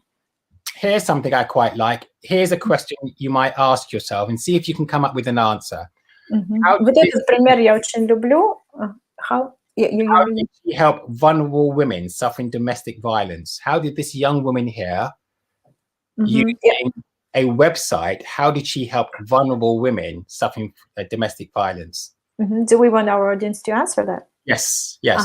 Да, вот я очень люблю этот пример, и вот я задам вам вопрос, как вот эта молодая девушка смогла помочь женщинам в уязвимой ситуации, в такой несчастной ситуации, которые страдают от домашнего насилия, с помощью веб-сайта. Каким образом она смогла им помочь? И мы как бы ждем ваших ответов, ваших версий на этот вопрос. Because if we think about it, it's a social issue. Это социальная проблема. It's about gender. Это гендерное насилие. It's about society and its attitudes. Это проблема общества и того, как оно относится к тем или иным вопросам. It's about law and domestic violence. Это также касается законов, законодательства, да, и конкретно законодательства о домашнем насилии. It's about government policy. Это касается политики правительства. So this is a classic situation where you're going to have to bring together lots of different disciplines. То есть это такой классический пример ситуации, в которой вы должны привнести знания из совершенно разных дисциплин. It's a real interdisciplinary problem. И это действительно междисциплинарная проблема. So what do you think? What would you have done? Что бы вы сделали? Какова ваша версия? Что можно онлайн сделать для того, чтобы помочь женщинам, страдающим от домашнего насилия?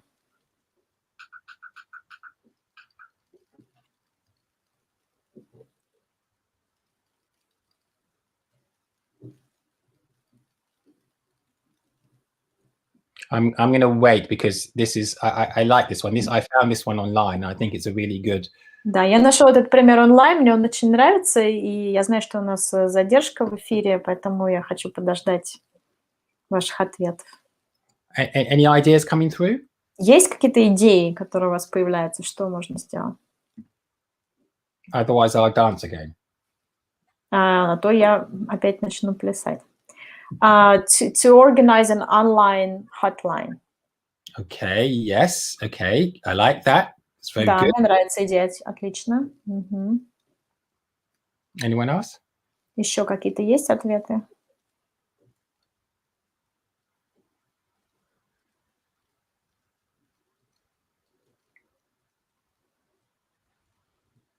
To provide safe internet space for battered women.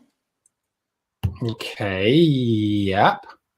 That might work. To tell your story of overcoming or surviving. Right. That that's great. And if we were working together, we try and see how we get to that space. That's great. Any more? Да, отличная идея. Если бы мы вот работали вместе в одной, так сказать, аудитории, мы бы все эти идеи инкорпорировали. Еще есть какие-то у нас ответы?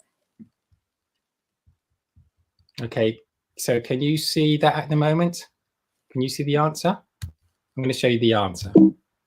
Я вам покажу ответ. Where are we? There's to launch an advocacy campaign to ratify Istanbul Convention in the country if it's not ratified yet. To start a petition maybe and to start gathering signatures for new legislation. Okay. What would Accumulate different services for lawyers, psychologists, and etc. Okay, those are fantastic, but I'm going to ask one question here. Потрясающая идея, на самом деле. Я хочу вам еще один вопрос задать. Many vulnerable women feel imprisoned, so they can't actually go online to communicate or to do a petition. Подумайте о том, что многие женщины, которые подвергаются домашнему насилию, чувствуют себя в заточении. Они не могут просто открыто выйти онлайн и там начать как бы запустить петицию, например. So what might you do in those circumstances? Что можно сделать в такой ситуации?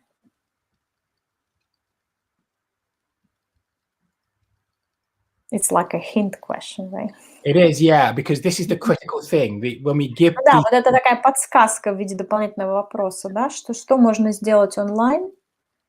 all these answers are not wrong. Да, все ваши ответы неправильные, они все очень классные.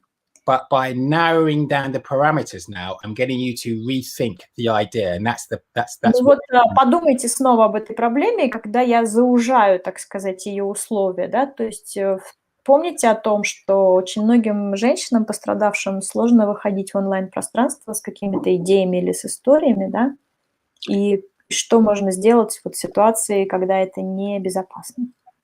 Yeah, imagine you're a young woman, you're in a violent relationship. You can't go on your phone.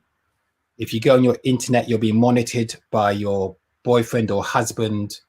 Представьте, что вы молодая женщина, которая находится в таких абьюзивных отношениях, вы не можете просто там с своего телефона свободно браузить интернет, потому что вас контролирует ваш бойфренд или муж.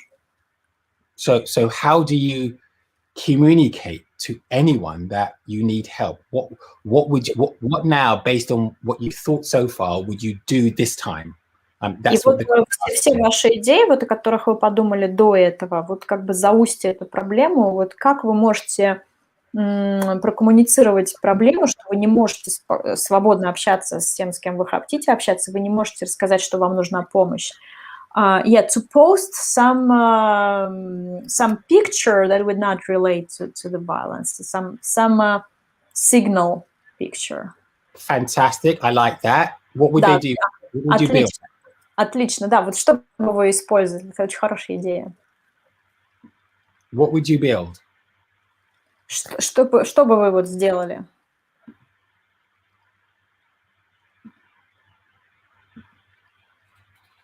I'll wait a bit more. Сейчас мы еще немножко подождем ваших идей.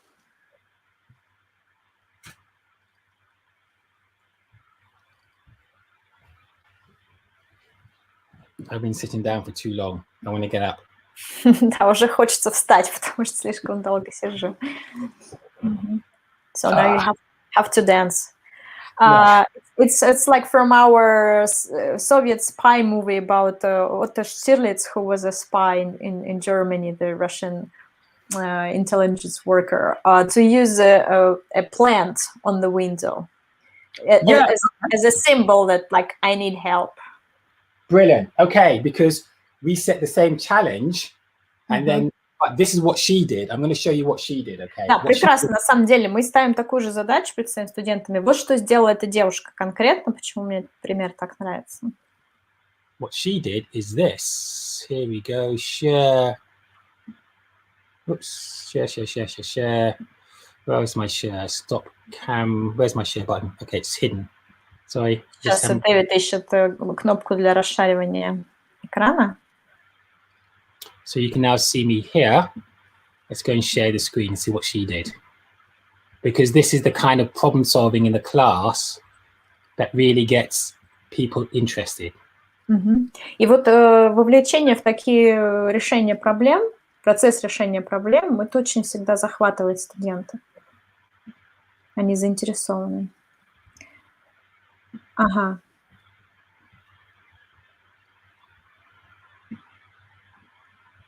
Do you see that? Do you see what she did?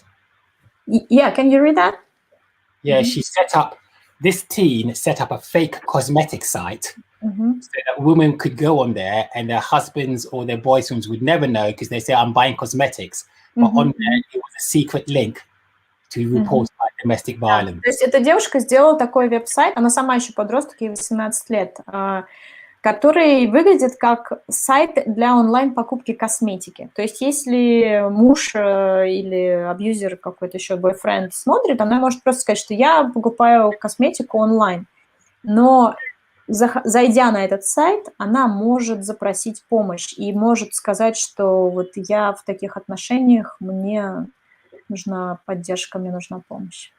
So that and many other problems that exist that are there to be tackled are the way we're changing our lecturing around. We're not saying write this or write that. We're saying here's a real problem. How would you solve it? And in the process of solving that, what information can we give to you to help you solve that? То есть мы вовлекаем студентов в процесс обучения тем, что ставим... there's a comment, stop. We had a condition of not free... No ability to freely browsing in the internet. We Okay. talked about that. Yes. So they couldn't see that, could they? Is that what you're saying? It's an objection that we set a condition for the task that she cannot browse internet freely. She's being monitored by her husband or boyfriend. I think more, yes. But I think the point here, let me just stop the sharing here for a moment.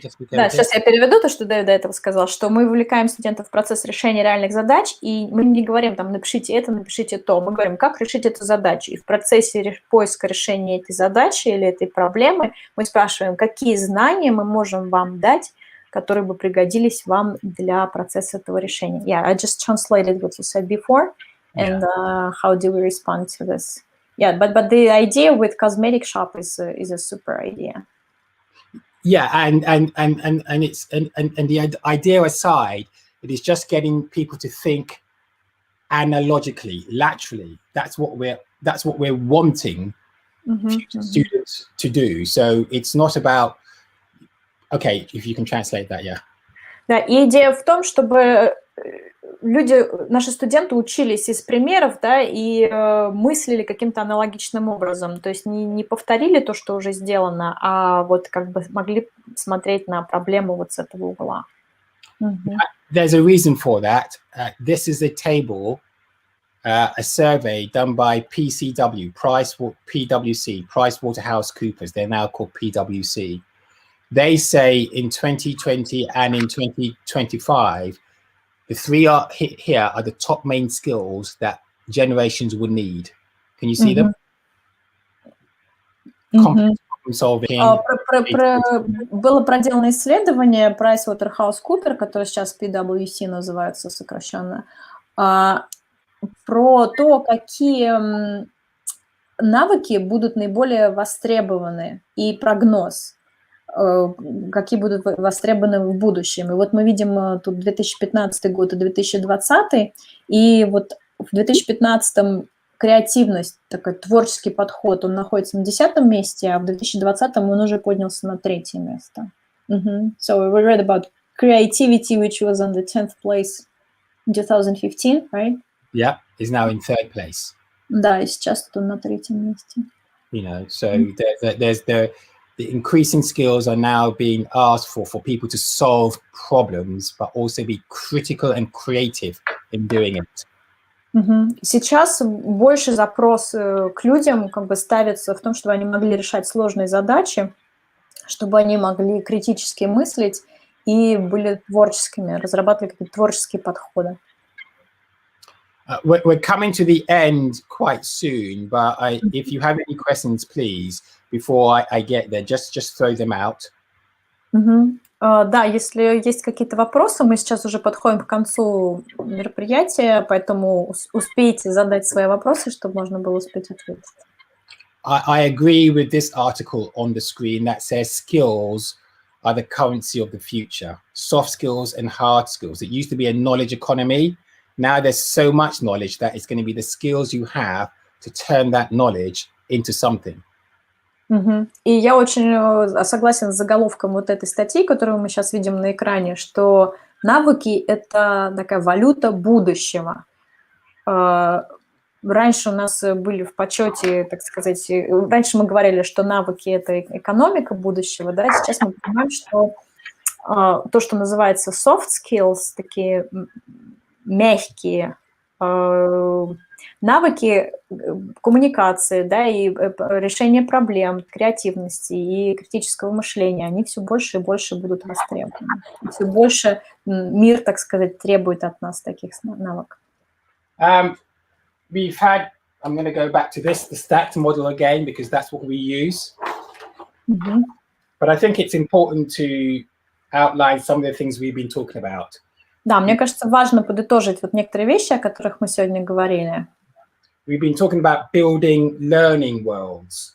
Мы говорили о том, как построить обучающий мир. So however we delivered before, now, whether on Zoom or not, we have to create an environment for learning to work. Да, здесь сравнили то, как мы преподавали раньше, и то, как мы должны преподавать сейчас, будь то через Zoom или еще через какую-то другую платформу, какое пространство для обучения наших студентов нам нужно создать, чтобы оно работало. We have to build an environment where people feel both comfortable, but also that they can contribute and have that conversation. Нам нужно создать некое такое пространство, в котором люди себя бы чувствовали комфортно, и при этом им хотелось в это пространство вложиться, то есть привнести что-то свое. We know certain things about adolescent youth. Мы знаем какие-то вещи о подростках, о молодежи. We know they like taking risks. Мы знаем, что они любят рисковать. We know that they respond to peers in their group. И мы знаем, что они ориентируются на своих товарищей, да, в группе, какая-то есть групповая динамика, то есть им важно мнение других сверстников. And we know that new research, that this part called the prefrontal cortex, which is the decision-making part of the brain. И есть исследования, которые говорят о том, что вот в коре головного мозга, в лобной доле, continues to grow until around 25 to 30 years. Она продолжает развиваться примерно до возраста в 25 лет. So increasingly, knowing this understanding of the human brain, the question we might ask ourselves is, и то, что мы знаем о головном мозге, может нам поставить такой следующий вопрос. Do we find a new way to match what we know about how the human brain works? Or do we continue to do it how we did before when we didn't know how the brain worked? Используем ли мы как бы новые знания, новые исследования, в том числе исследования головного мозга, чтобы инкорпорировать их в нашу работу, учитывать их в нашей работе? Или мы продолжаем использовать те же модели, которые мы использовали раньше? We know systems like self-discovery. Мы знаем такие системы, как самооткрытие. We know systems like reward systems, Мы знаем системы вознаграждений, where people are rewarded for what they do. когда люди за то, что они что-то делают, да, получают вознаграждение. We know that in the use of what we call gamification, we can design a game into a particular subject that makes it entertaining for them. Мы знаем, что есть геймификация, да, то есть то, что мы изучаем, мы презентуем в форме игры, вовлекаем наших студентов в том, чтобы они играли и в этом процессе обучались. And the question therefore is, how do we go forward in designing those systems? И вопрос в том, как мы продвигаемся, каков наш следующий шаг в разработке вот этих систем. And again, too, that's how we use the stacked model. We use the stacked model so that they can engage one step at a time, discover, and then we have those conversations. И вот таким образом мы пришли вот к нашей модели stacked, когда это аббревиатура, когда мы берем какое-то знание, да, мы решаем проблему, мы анализируем, мы ищем решение, мы ставим дальше шаги, какие знания нам еще нужны, мы приобретаем эти знания и так далее. This is a quote from one of our students. I'm going to read it out to you. Это вот группа наших студентов, и я прочту, что там написано. Today, I have been offered the role of data journalist, my dream job. Сегодня мне предложили работу в журналистике данных. Это работа моей мечты. I put everything I learned from your subject. Я туда направила вложила все свои знания, которые я приобрела на ваших занятиях. The feedback said 4 marks for my presentation, and that was the reason they offered me the position. Да, и когда я сделала презентацию, она получила самые высокие оценки, и именно поэтому мне дали эту работу. So, to recap, creativity. Подытожив, мы можем сказать, что творческость. Designing our teaching so it mirrors a film. Разработка такой структуры нашего преподавания, которая напоминает процесс съемки кино.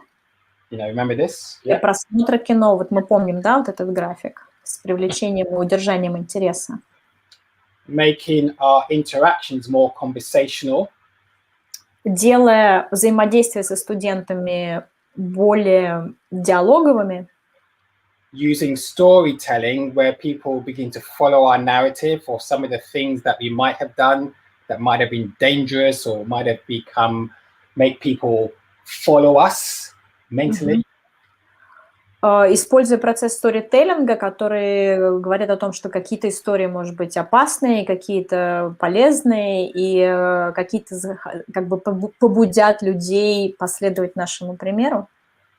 And then on that note, I'm going to leave you with this last slide here, which effectively is, are you on my slide? Can you see my slide or me?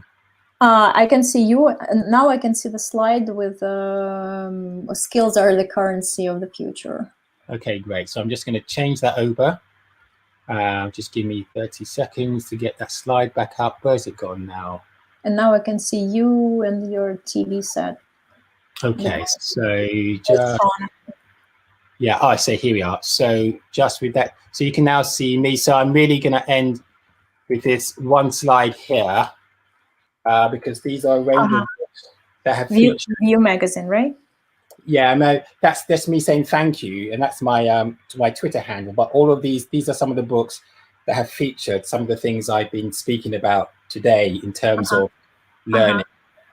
Здесь Дэвид на финальном слайде говорит нам спасибо, и View Magazine — это его твиттер, и также здесь он собрал книги, о которых он сегодня говорил, которые он рекомендует.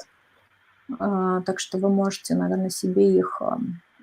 Okay, I'm just going to take a book out. I'm going to take 2 books out. Да, сейчас я вам покажу еще 2 книги. And where are they? 2 of my favorite books. 2 мои самые любимые книги. Okay. 2 of my favorite books coming up. Share Okay, I'm just coming to you now. Share, share, share, and then I'll take questions if people have them. I hope it's been all right for them. Да, если у вас, опять же, есть какие-то вопросы, пожалуйста, пишите, мы скоро заканчиваем. So they can see me. First book is this one. It's really Первая good. книга вот эта, «Изобретай себя. Секретная жизнь подросткового мозга». Джейн Блэкмор. Yeah, really like that. The other one I also like is this one as well. You can see I've written all over it. Да, Thinking Fast and Slow. Да, в русском переводе она звучит как «Думай». Сейчас я где-то версию записала. «Думай быстро, решай медленно», как-то так. Нет, наоборот, «Думай медленно, решай быстро». I would have ordinarily have loved to be in the room to absorb the energy because I'm a performer. Да, конечно, было бы лучше, если бы мы все были в одной комнате и так обменивались энергией, можно было воспринимать в обратную связь от вас. And I have no idea who I'm speaking to because there's no comments here. Да, я совершенно не имею представления, кому я это все рассказывала, потому что я не вижу комментариев, я не вижу аудитории. At least on Zoom, I can see people turning their cameras off, and I think, okay, yeah, that's all right. Да, по крайней мере, когда я в Zoom выступаю, я вижу, кто-то включает камеру и думаю, ага, человек со мной, да, кто-то... But I hope some of what I talked about. Yeah, they ask about, you mentioned the wisdom of the crowd, right? Oh, yeah, okay. Wisdom of the crowd, out something for you on that. Yes, and do you have recommendations on reading something about that on this Yes, topic? I'll pull you out a slide right now. Is it crowd wisdom or wisdom of the crowd? Wisdom of crowds. Okay, so the wisdom here, I'll pull this up. It's on my PowerPoint. Wisdom of crowds, wisdom of crowds. Here we go. I will get it for you in the next. Да, сейчас мы покажем слайд. 30 seconds. Yep. Here we go. Wisdom of wisdom. David, do you know something like this? Not exactly this book, but like this. Like which book? I'm not looking at you at the moment. Like Wisdom of Crowd. Yeah, but it's like what do you recommend to read on the topic? There is a book on that called by Zurich. I'll get you the book right now. Wisdom of Crowds. I've got. Есть просто вот прямо книга на эту тему, которая называется. I will recommend about 4 books now. In the next 30 seconds, I'll recommend. Да, сейчас Дэвид говорит, сейчас я порекомендую, у меня есть примерно несколько книг, которые на эту тему я могу рекомендовать. Сейчас надо найти этот слайд. Stop cam. No, come back. Yeah. Or we can probably compile a list of links and titles. Let me show you a couple of just very quickly, about 2 or 3 now, and then you can, I'll do a compilation with you. So Wisdom of Crowds is this one here, and then I've got some in my hand that I will show. So that's Wisdom of Crowds. Really good book. And then there were 3 or 4. Вот и, собственно, книга, которая так и называется, да, «Мудрость толпы». Очень мелко для меня здесь. Why the many are smarter than the few. Почему большинство умнее меньшинства? Может быть, даже она есть, да, на русском или нет? Она есть на русском. Там смысл в том, что Людмила читала эту, но вот в этом же векторе, в этом направлении какой-то новый. Ну вот Дэвид сказал, что у него есть примерно там 4 книги на эту тему, которые можно... Да, сейчас там просто с полок сейчас все придет. Да, и, может быть, Оксан, мы сформируем некую Дэвида список там ссылок, да? Да, конечно. Используемых в сегодняшнем мероприятии, да, и рекомендации книг. Потому что Канеман есть на русском языке, да, вот тот TED-выступление этого индийского профессора, оно есть тоже с русскими субтитрами, да, и кому нужно. Значит, друзья, после первого семинара онлайн, который мы с Дэвидом проводили, мы сделали лонгрид мультимедийный. Это не копия того, что происходило в эфире, это прям выжимка такая. И вот вы можете по этому адресу ее увидеть. Точно такой же лонгрид мы сделаем и по итогам сегодняшней встречи.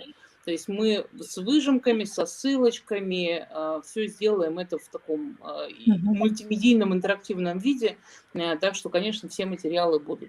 Yeah, David, Oksana is saying that based on your previous lecture in December, she just published the link in Russian that her team prepared a long read based on it's not repeating the master class, but it's accumulates links and book recommendations and multimedia materials that you use. So based on this one, we'll also make an online material that people can visit and read about main ideas, recommendations, and watch the links. Yeah, she's a genius, this woman, Oksana. Okay, here's 3 more books. I said Oksana is a genius. Okay. Yeah. Yes, she is. David, can you see the comment on the bottom of the screen now, or because it's in English now? Yes, that's fantastic. Thank you very much, David. Yay! It was so useful using create interactive and animated resources based on render forest and Genially platforms, as gamification is a big thing now. Absolutely, you should be doing the lecture.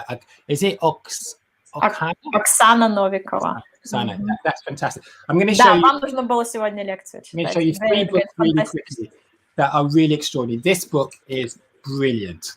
Вот это очень классная книга. Range, Дэвид Эпштейн, New York Times bestseller. And it's essentially about how ordinary people can do extraordinary things. И она в основном про то, как обычные люди могут делать совершенно необычные, потрясающие вещи. And he goes on to prove it. He goes on to prove и how. В этой книге он доказывает, каким образом это можно делать. This one is called Designing Your Life. Ага, вот эта книга называется «Структурируя свою жизнь», или, как это сказать, создавая свою жизнь. And they design a way where students are fulfilled. They design the way they approach curricula, the way they approach subject matters. It maps out what they're trying to do. So it's really, really helpful because, as I said before, if people are comfortable in their space, then they will learn more. И вот эти книги, они действительно дают студенту такое очень комфортное чувство, что ты можешь участвовать в процессе обучения, как я уже говорила. Человеку должно быть комфортно, ему должно быть приятно как бы учиться, ему должно быть интересно. И в такой обстановке и обучение проходит лучше, более эффективно. Okay, I finally got my light to work. You see, after all that time. And the last one is Still Like an Artist. Ага, кради как художник. Still like an artist. Yeah. So thank you very much from Ukraine. Thank you for being there. Thanks, it was very interesting. I hope it's giving you. Thank you. Oh, getting all these nice comments. I have to capture some of these. Yes, Anna. Great. And I hope, let's to Oksana and Olga, we can continue to have these conversations. Да, спасибо Оксане и Ольге, что мы можем продолжать вот эти беседы, наши совместные мероприятия.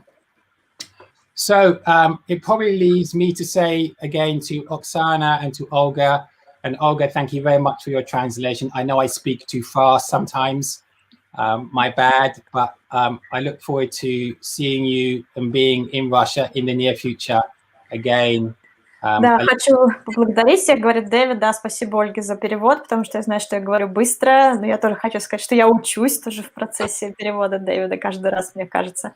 И Дэвид сказал, что с удовольствием, конечно, со всеми бы встретился в ближайшем будущем лично, уже приехав в Россию.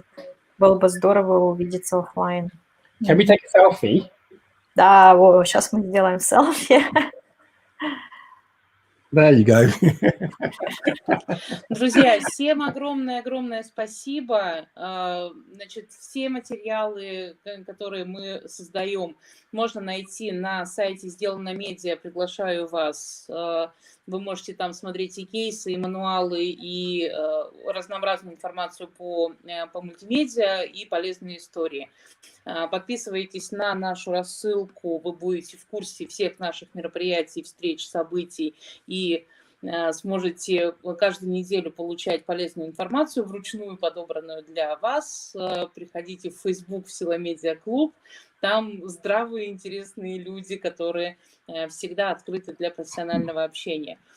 Всем огромное спасибо. Дэвид, stop it.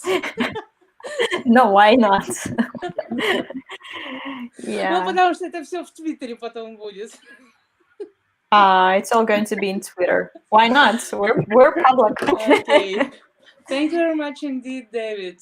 Nice Thank to you. see you every Nice to time. see you. Every time. I wanted to say I'm learning too. You know, translating you, I'm learning a lot as well. Oh, well, thank you, guys. Have a great afternoon. Thank you for the opportunity. See you soon. Cheers. See you. Bye-bye. Всем до свидания. Пока. Bye-bye. Пока-пока. Спасибо.